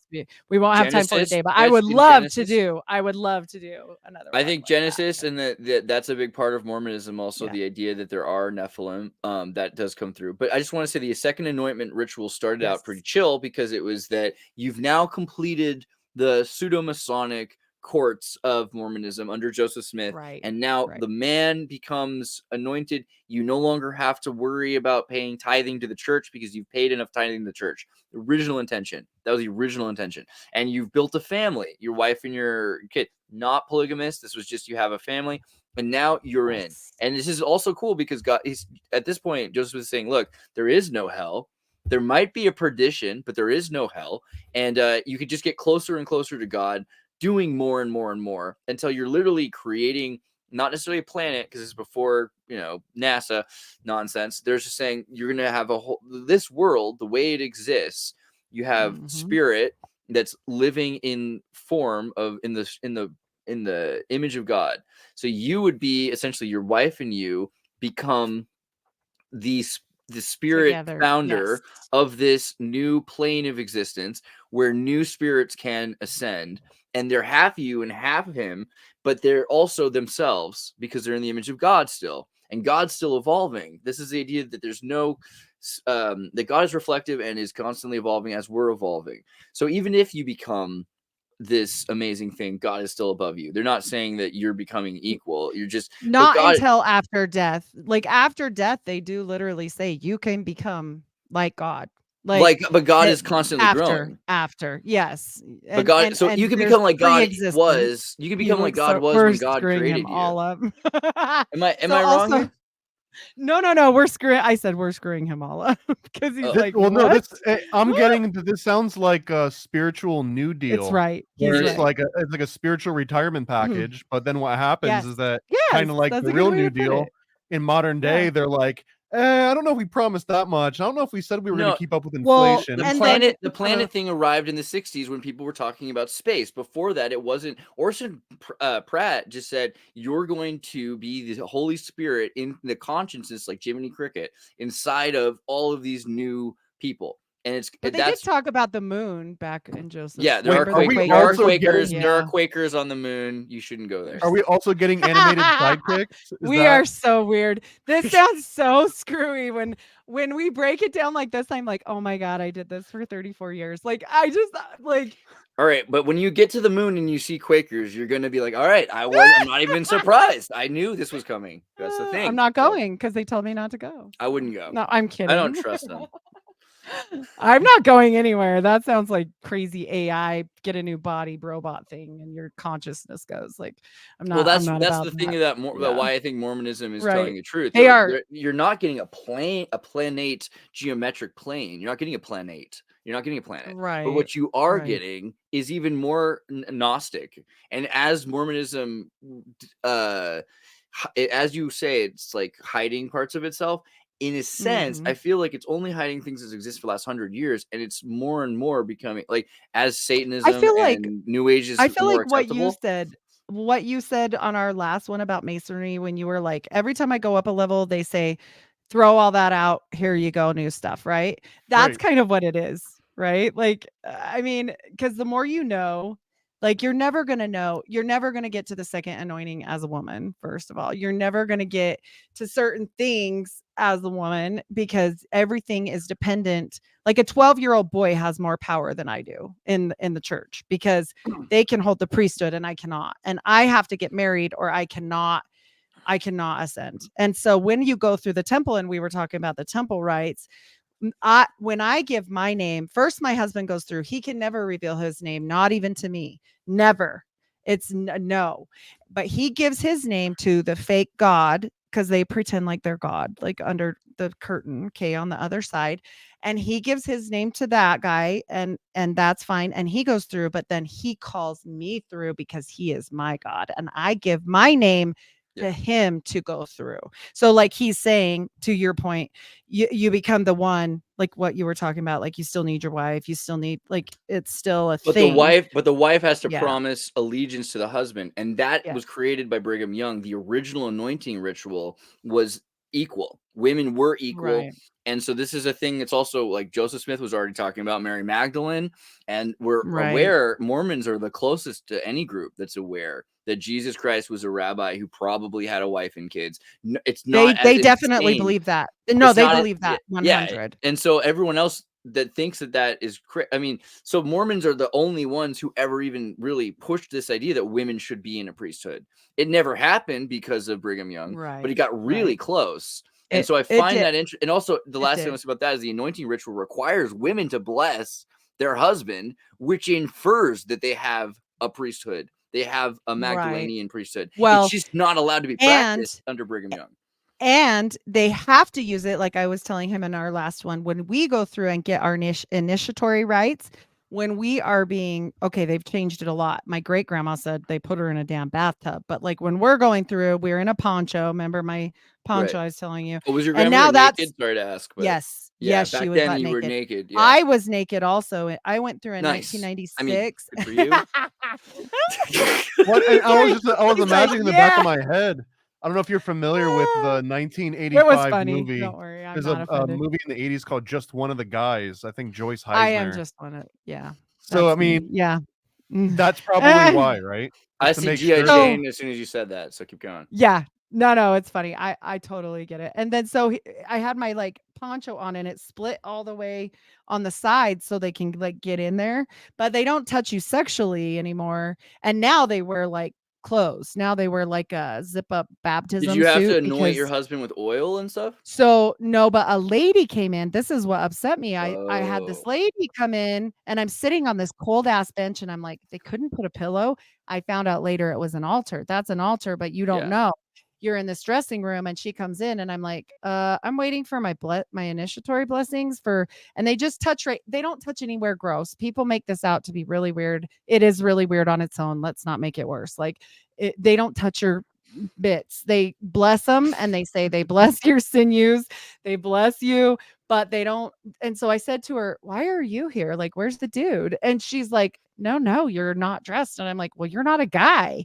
I was really rude because I had been taught my whole life, like, a woman cannot give a blessing. Like, it can't happen. So I'm sitting there like, where's the priesthood holder? Finding out the truth, aren't you? Yeah. Right. And I sat there so confused. I was like, and all they ever say to you, everything that you learn, oh, it's different in the temple. That's it. Yeah. That's the only explanation you get. A license is the permission to do what you would otherwise not be allowed to do. That's the thing. Yeah. It's not that the women don't have power. It's they're not Is allowed. there a Yeah, and teacher's they edition make to this? everyone, they still do it. They still have the women always do it in the women's yeah. dressing room. It's Yeah. gonna eventually, this is gonna be the thing that's gonna, because Yeah. there already are women who are like, can I at least hand the bread to the guy who's gonna make it into Right. Eucharist? Like, very soon we're gonna find that we're gonna have to admit that women have magical powers that are unique to themselves.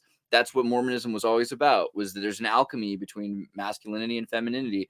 And yeah, women have been suppressed in Utah for the last 150 years. It's just, it is what it is. I mean, but I'm not the type that, like, I was never a big, like, oh, I'm a feminist and have to, and Right. people can hate me for that or whatever, but it You're really human. it didn't bother me. It doesn't bother me now to submit to my husband, like, unless he's trying to force me to do something that I'm completely against, which he would never do, Like because playing he loves me. Candyland or Monopoly for 6 hours. Yeah. Yeah. Well, I don't know. I play Mormons, Monopoly. family night. Okay.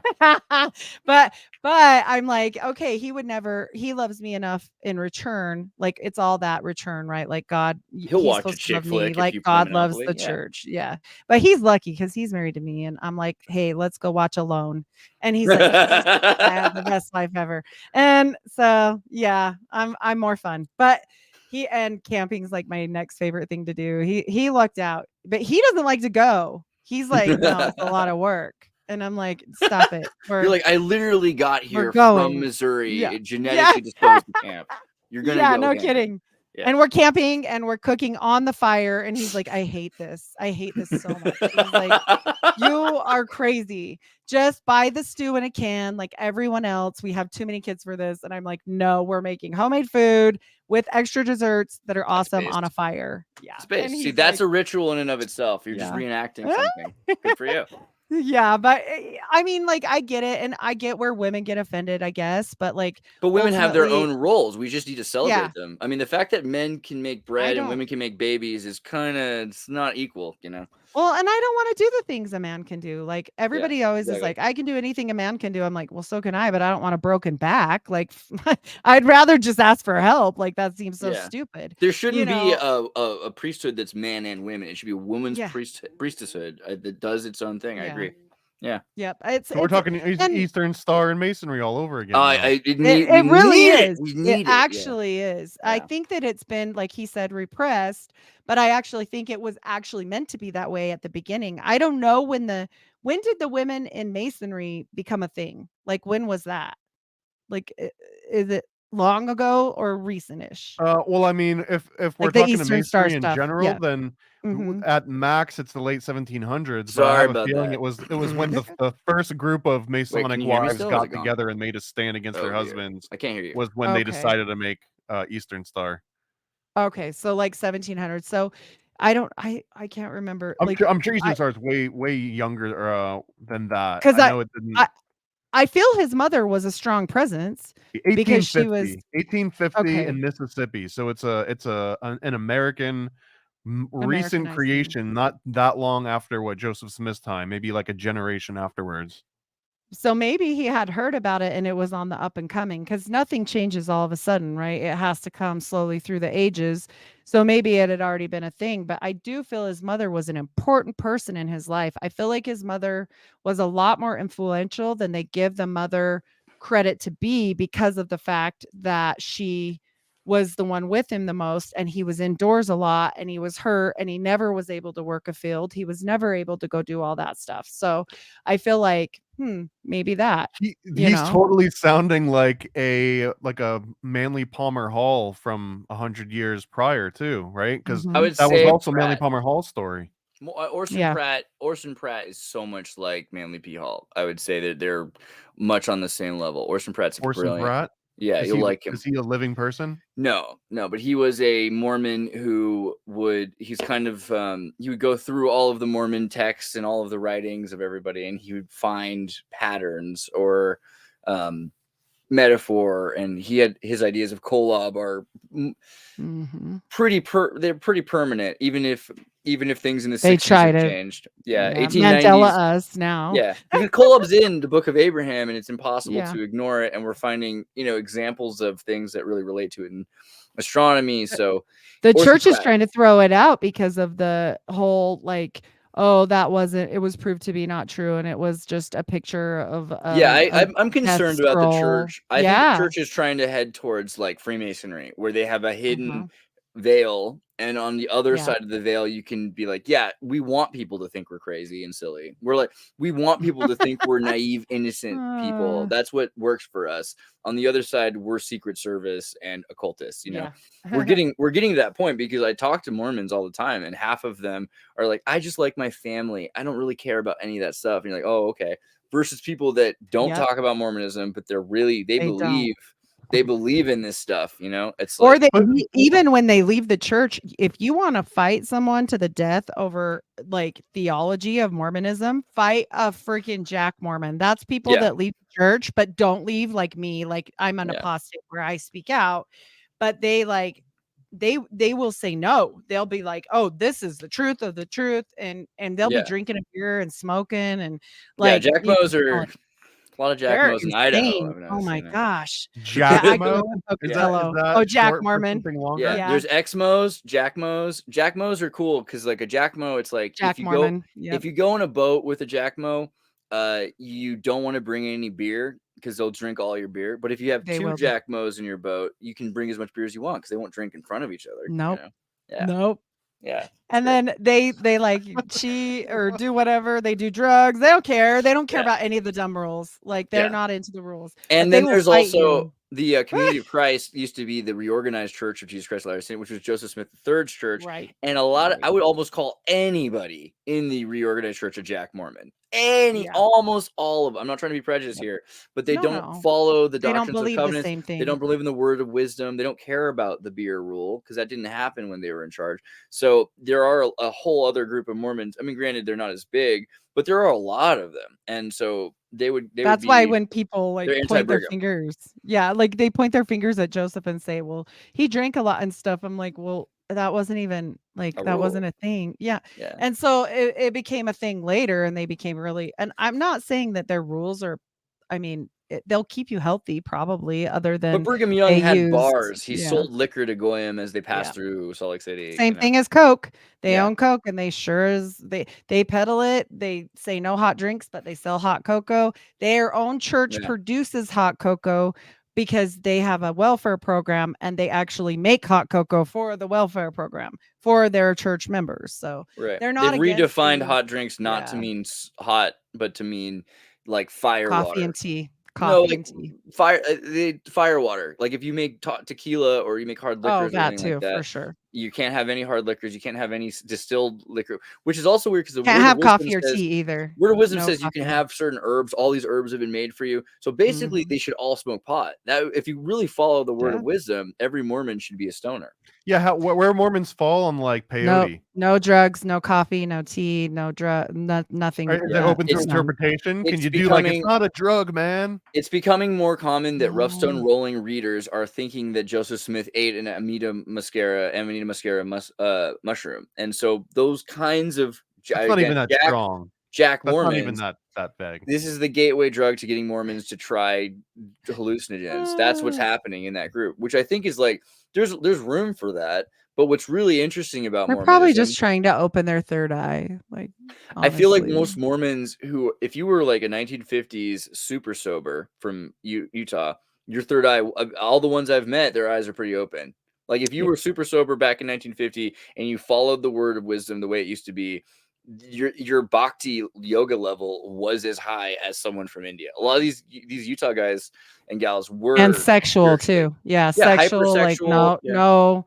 Yep, they would be like nothing until they were married, and then so they would also like practice that whole like containment, situation.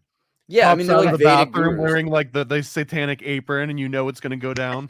No, the apron's only for the temple, but you do wear the apron. You do wear the underpants, the whole the white outfit, But I mean, But the women thing is interesting again because talking about the strength of Joseph Smith's mother and the fact that, like we were talking about King James kidnapping midwives and women and forcing them out of Scotland and England because he said either you work for me until I kill you, or if you can get away, right? It makes sense to me why Freemasonry started wanting, but it was like by 1850 anyway that they start that the Order of the Eastern Star starts, and women in British Freemasonry I think starts very 1820s, 1830s, right?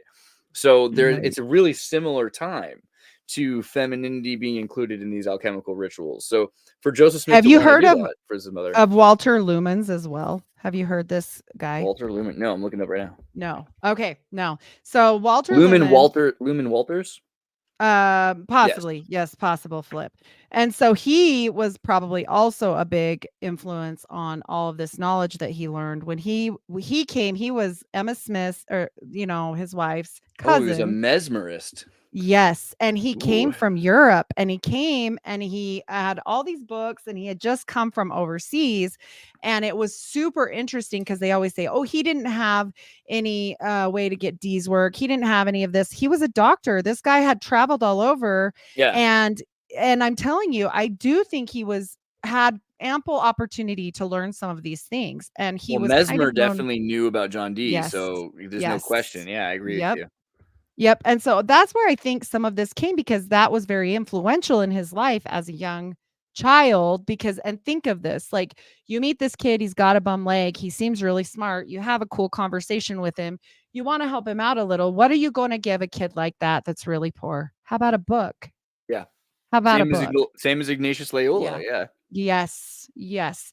And so I can't believe that nobody else has figured this out, because I'm like, this all makes complete sense to me, and it goes in a circle. You know what I'm saying? Yeah. Like, and so it's nice to talk to someone that Mesmer's knows. even a bigger deal than John Dee, I would say, because Mesmer, in terms of becoming the leader of a religion, it's one thing to channel things. It's another thing to be that charismatic that you can get all these people to join you.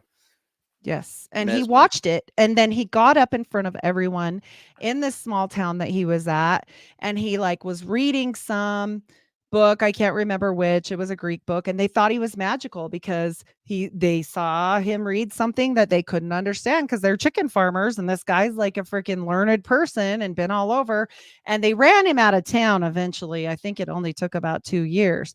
And they said, get out of here. You're a crazy witch person. And they ran him out of Connecticut, or where did they run him out of? I think this was when he was in New York, I believe. I don't want to say for sure, because they did. There's lots of moves. But he's young. He's young. He's 13, 14. Yes. Around the time he knew this. He's a child. And so, of course, people say he had no access to things like this. He wasn't rich. Books were expensive. I'm like, yeah, but what about this? Like, this is such a critical part. And they say he really liked him. And then we go into the guy's name. What does lumens mean? Like bringer of light, right? Yeah. Here we go. So I'm over here going, wait a minute. This makes so much sense. And people just think you're crazy. Like if you bring this up, I'm a crazy person. I'm going to be deep diving all over Lumen Walters. Thank you. Yeah. Right. Yes, of course. So, and it's well documented that this really happened, that he really knew him. He really met him. It was Emma's actually her uncle. So, well, okay. I mean, yeah. So it's in multiple books, all the things. So it kind of makes you wonder, what exactly did he teach him then? Look at this quote too. This is Brigham Young, I assume. Young recalled that he had never heard a man who could swear like that astrologer. Did you? That sounds like me. I sent in the private chat the Book of Pukei. Are you familiar with the Book of Oh, Pukei? Pukei. Yes, yes. I Pukei? always call it Pukei because I think it's almost funny, I wanted to know if that was the other way I had to say it to get you to remember it. I have But no you knew idea. I immediately. actually don't know. The only thing I was gonna say is Walter's the Magician is the character. That was my favorite ever book. Like that book is so funny. It's about Lumen It's Walters. hilarious. So well, and it's just hilarious the way they did it as a satire until Joseph Smith had to pull rank and say, "You can't do that anymore. It's copyright. It's a copyright law." They brought the copyright. They were I'm like, done "That's with your one, guys' Mickey Moroni. all the Stop." misinformation. We've got the authority on the facts here about Lumen Walter. What is fair? Does Pharisee know? Yes. Fair's better So than Snopes. it's great. I'm Was a telling you, you guys, vagabond this fortune is teller great. named Walter's Joseph Smith's mentor. Where's the answer? This is my favorite Snopes. He's like, I have never heard this. This is wild. We can do this again after we deep dive. Maybe this is a question for either of you that know if you knew Leo Taxel is, but is Abner Cole the Mormon version of Leo Taxel was to the Freemasons and Catholics? Abner Cole went by Obadiah Dogberry, and he was Obadiah Dogberry. He commented on the Golden Bible, right? Before it ever been published, and yes, the one they found in Canada. That was like a different one. Dogberry. So do you know the story that Joseph Smith wanted to publish and copyright the Book of Mormon in Canada?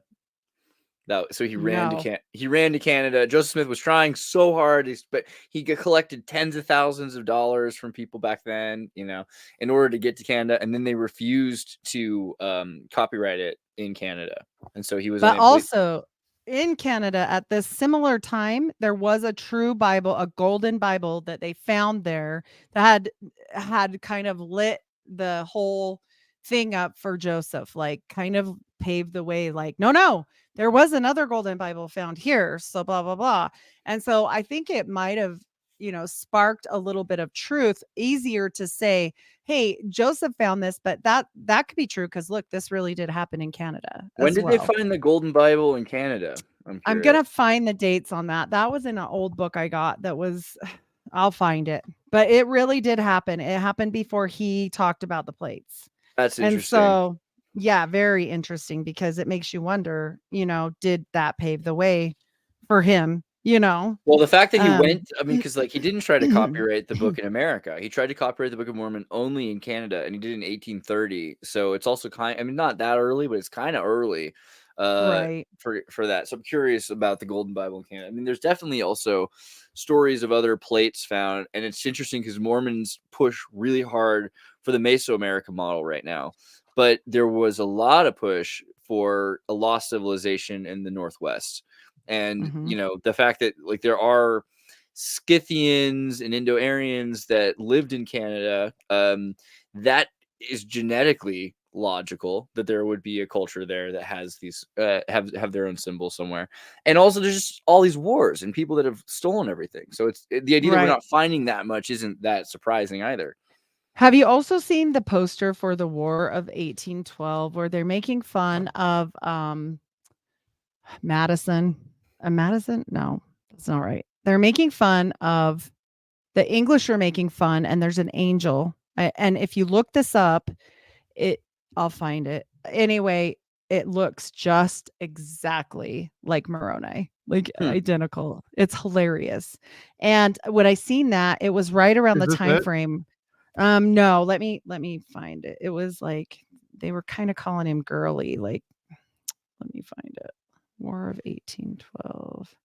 And it's very, very similar to what's on top of the temples now. And so I found that really ironic. It's kind of a satire one. It's a satire.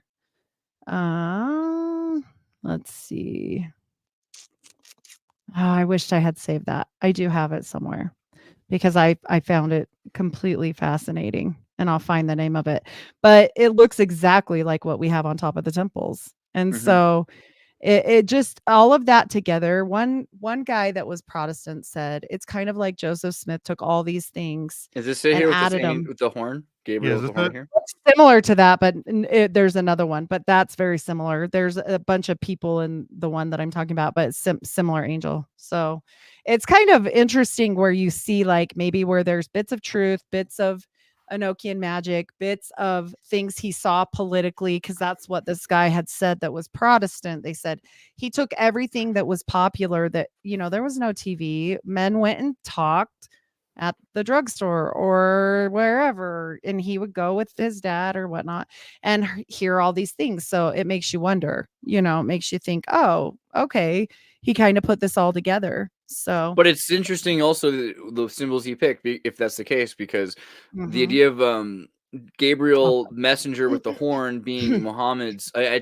don't see where he would have heard of Muhammad necessarily, or that Muhammad, that nuance of him getting it from an angel with a horn, and just these horn messengers, I find to be, it's just very interesting, his choices. Also, there's like, again, 3 or 4 Mormonisms. There's like Joseph Smith Mormonism, Brigham Young Mormonism, post Brigham, and then there's us today, freaking trying to put understand in a sketch for the. Beat you to it? Yes, that's it.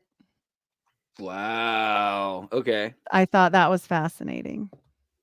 When I ran across it, I was like, "Oh, weird." I know we're like 2 hours deep, and sorry. I really want to talk about the Adam God theory. Are we gonna do this again sometime? Yeah, we are, because I also want to talk about your is it your neighbor that got dropped off in the middle of Chicago? Oh, yes, he did. There's many people that serve missions in the heart of like cities or whatever. But yes, my neighbor kid went to the heart of Chicago, like deep in the like scary areas. And met Tim Pool. The reason that I mentioned that is because the last time that Andreas and I were talking about, I don't remember how this came up. We were talking about Book of Mormon, and I was like, wouldn't it be cool if there was like a video game, but like you just get dropped off in the middle of, I don't know, Chicago. And I was just trying to think of like the most juxtaposed. He said that, and I was like, oh my gosh. And it was like, I know that guy. And I was like, you can't know that guy. We just made him up like this afternoon before I was talking to you. And you're like, no, I know the person. I really do. Yeah. I want to know all about that, because that could very potentially end up being a strong influence on a fun little game we might be working on. Yeah, his name is Louise. His name is Louise. Well, we're going to change his name in the game. That's not going to, it's already not past the workshop. Sorry, Louise. If you do a name from Utah, you have to make it creative, and you have to make it spelled like, if it's Carter, you have to be like Karterr. Like that's not like a Mormon thing. That's a Utah. That is a Mormon thing. That's a Utah thing. I know a bunch of cool Mormons in California. They don't have weird stuff like that. Oh, they're way weirder. I know an Omni or an Omni. I know an Almna. I know a Moroni. I know a Moroni. If you name your kid Moroni, I don't care if you're Mormon or Jehovah's Witness. That's just a cool name. That's cool. But then they're gonna shorten it to moron. Like, yeah. Well, the Book of Mormon. I think that's the other thing, is when Exmos try to make fun of Mormonism, they're actually worse than the Mormons themselves. They're not very good at it. The best thing you can do is just point out what's weird about it. I think that does what's already there. It's for yeah. It's so easy that it's not funny anymore. But the Adam God theory, I just want to say, because next time we will talk about that. Hopefully we can talk about this idea, because it's really interesting to me, this idea of God of our world, and Michael. Is it Michael, the archangel? Yes, Michael, creator of our world. So these pictures of angels, and this idea of it's a very different. A lot of people approach Mormonism like, oh, there's a couple of different things. There's a whole cosmogony that's completely different, and that's gonna be interesting. I'm down to do it whenever again. I'm glad you straightened me up. I finally understand the planet thing. So they were just hopping on the bandwagon, like that's what all the kids were into. They're like, you guys believe in stars now, having worlds, but I think the point is, you got to think of it more like I think the only I want to comment on that is, you've talked to my African friend yet, Abiza? Have you talked to him, Thomas? I have not. So he's from Nigeria, and when you ask him, like, what do you believe about heaven and hell? It's like, well, Africans didn't have that idea. It was this idea of this eternal world we live in. And so I think a lot of the differences is we have a very Eurocentric idea of eschatology, that the world's ending and that we have to be judged, and that if you're not following the rules now, you'll suffer for it even after you die. These are things that didn't exist in Judaism, didn't exist in Dharmic Hinduism, didn't exist in anything before the flood. Right. And we seem to find that flood is relevant even from a scientific perspective, that there might be some sort of a universalizing spiritual, biological, human experience that happened before that we're all divided from. So we need to look at that and understand what are we saying about architects, about demiurges, about archons. And yeah, Mormonism seems to be approaching at least the Gnostic cosmogony, trying to understand how God's using the universe to make the universe. So, and when we get into that, I think we should go down the whole thing of the levels of heaven too, because there's more than one, and the pre-eternal life, like before. But really quickly, you already know if you walk into a church and you sit in the back, it's not the same as being at the front of the church. Right. That's kind of the yeah. That's where you can be on your phone though, is in those back pews. Yeah, you're like, what? But you can be to get out first, because the worst thing, at least in the Catholic Church, because you're sitting there and it's boring, and you've been on your knees and you've been standing and sitting and kneeling and standing and sitting, and then it's like it's at a movie theater, right? Like there's certain people that they know that the movie's about to end in 5 minutes. The credits are going to roll, but if you wait until you see the credits rolling, it's going to take you like 40 minutes to get to your car, and then it's going to take 15 to get out of the parking lot. So in like Catholic Church, like the OGs, like they either sit at the end and then you can get out when you know that they're starting to wrap it up. Like it's a whole thing. In the OG though, see, because the NO, the Novo Ordum Church, I went with my mom to Christmas Catholic Mass the other day, and it was just, I mean, a month ago now, but keeping topical, it was horrifying because, you know, one of the things I like about the SSPX Latin Mass is the yoga. The fact that I get on my knees and stand up is actually helping me exercise I don't pass out, but they got rid of the pew kneeling. They don't even have that soft bar to put your knees on anymore in the Catholic Church. And you're just hanging out with all these hippy dippy 50-year-old anti-nuke protesters from Santa Cruz, California. It ruined Catholicism for me. And you know, wait, what is this? This is Santa Cruz. This is Santa Cruz Roman Catholic Church, a Roman Catholic Californian Church, Californian Roman Catholic Church. We're the problem. It's our fault. We did this. We created the Novo Ordinum, which is like St. Francis is pushing this hippy dippy softer mass. Right? Well, do you just bring your own yoga mat to kneel on at these masses? I ought to. I feel like that's the only way to deal with these people. Sorry. You're gonna be the example. I just want to say, you think Mormonism's having problems? Ah, God. So, Andreas, tell people where to find you again on the way out here. Well, you know, if you look for me, if you listen loudly enough, I'll be screaming somewhere at some corner of the internet. Sorry for talking so much, but you can find Andreas.me or Xirtus.com. But, you know, hopefully you'll also find me on the next Heidi Love video, because I'm really excited to be here, and thank you for taking the time to include me. Too. Thank you so much. And where can people find you, Heidi? Hi, I'm Heidi Love again. I'm glad I was here. It was actually my pleasure to talk to both of you and Xirtus. The fact that I knew a couple things that you didn't know already, I was pretty happy, because I know you're a walking encyclopedia. So I did my very best. 8 tabs open from your conversation I'll be reading through. So yeah. I'm like, yeah. So I'm at the Unfiltered Rise. I am wherever podcasts are served, and I'm happy to have been here. I hope I brought the heat. You did. You absolutely brought the heat, and we're gonna keep it going. I'm gonna read every tab that I have since you talked to me before we do our next video. I will study for the test. Perfect. And one final shout out to the best confectioner in New Jersey, Russell M. Nelson. No relation to the Mormon Russell M. Nelson. This is a confectioner in New Jersey. And I was supposed to have a commercial prepared for Warren Jeff's Family Auto Lube, which is also the fastest service, because they've got 300 kids that'll just rush out to your car, change everything. It's like the ultimate pit stop. What else do you do when you got 300? That's Warren Jeff's Family. You definitely Auto need lube when you have 300. Go to paranoidamerican.com. Type there's a special code so you can get a purity ring with your purchase from the. Yes. And a little thing of lube. Satanic aprons. We gotta make aprons. That's not a joke. We're we're making aprons. Yeah. Make the devil's apron. Right, yeah. All right. Thank you everyone for coming. And since sorry I don't have the Warren Jeffs commercial, but I've got this one.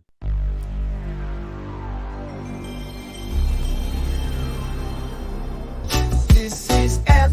Steve West, fly by lowly town express. Call him Jeffrey or just Jeff.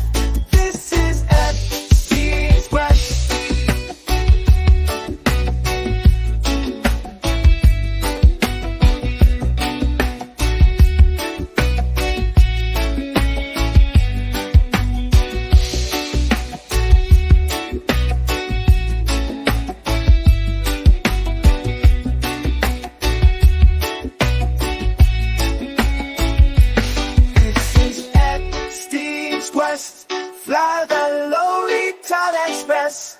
Call him Jeffrey or just Jeff. This is Epstein's Quest. That's right. In Epstein's Quest, you get to travel the world, see the sights, and take part in unspeakable pleasures.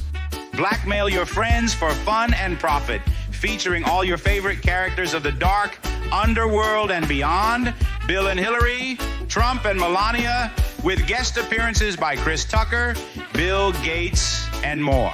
To find out, just search for Epstein's Island online and play the all-new game, Epstein's Quest, from developer Paranoid American. For more details, visit paranoidamerican.com.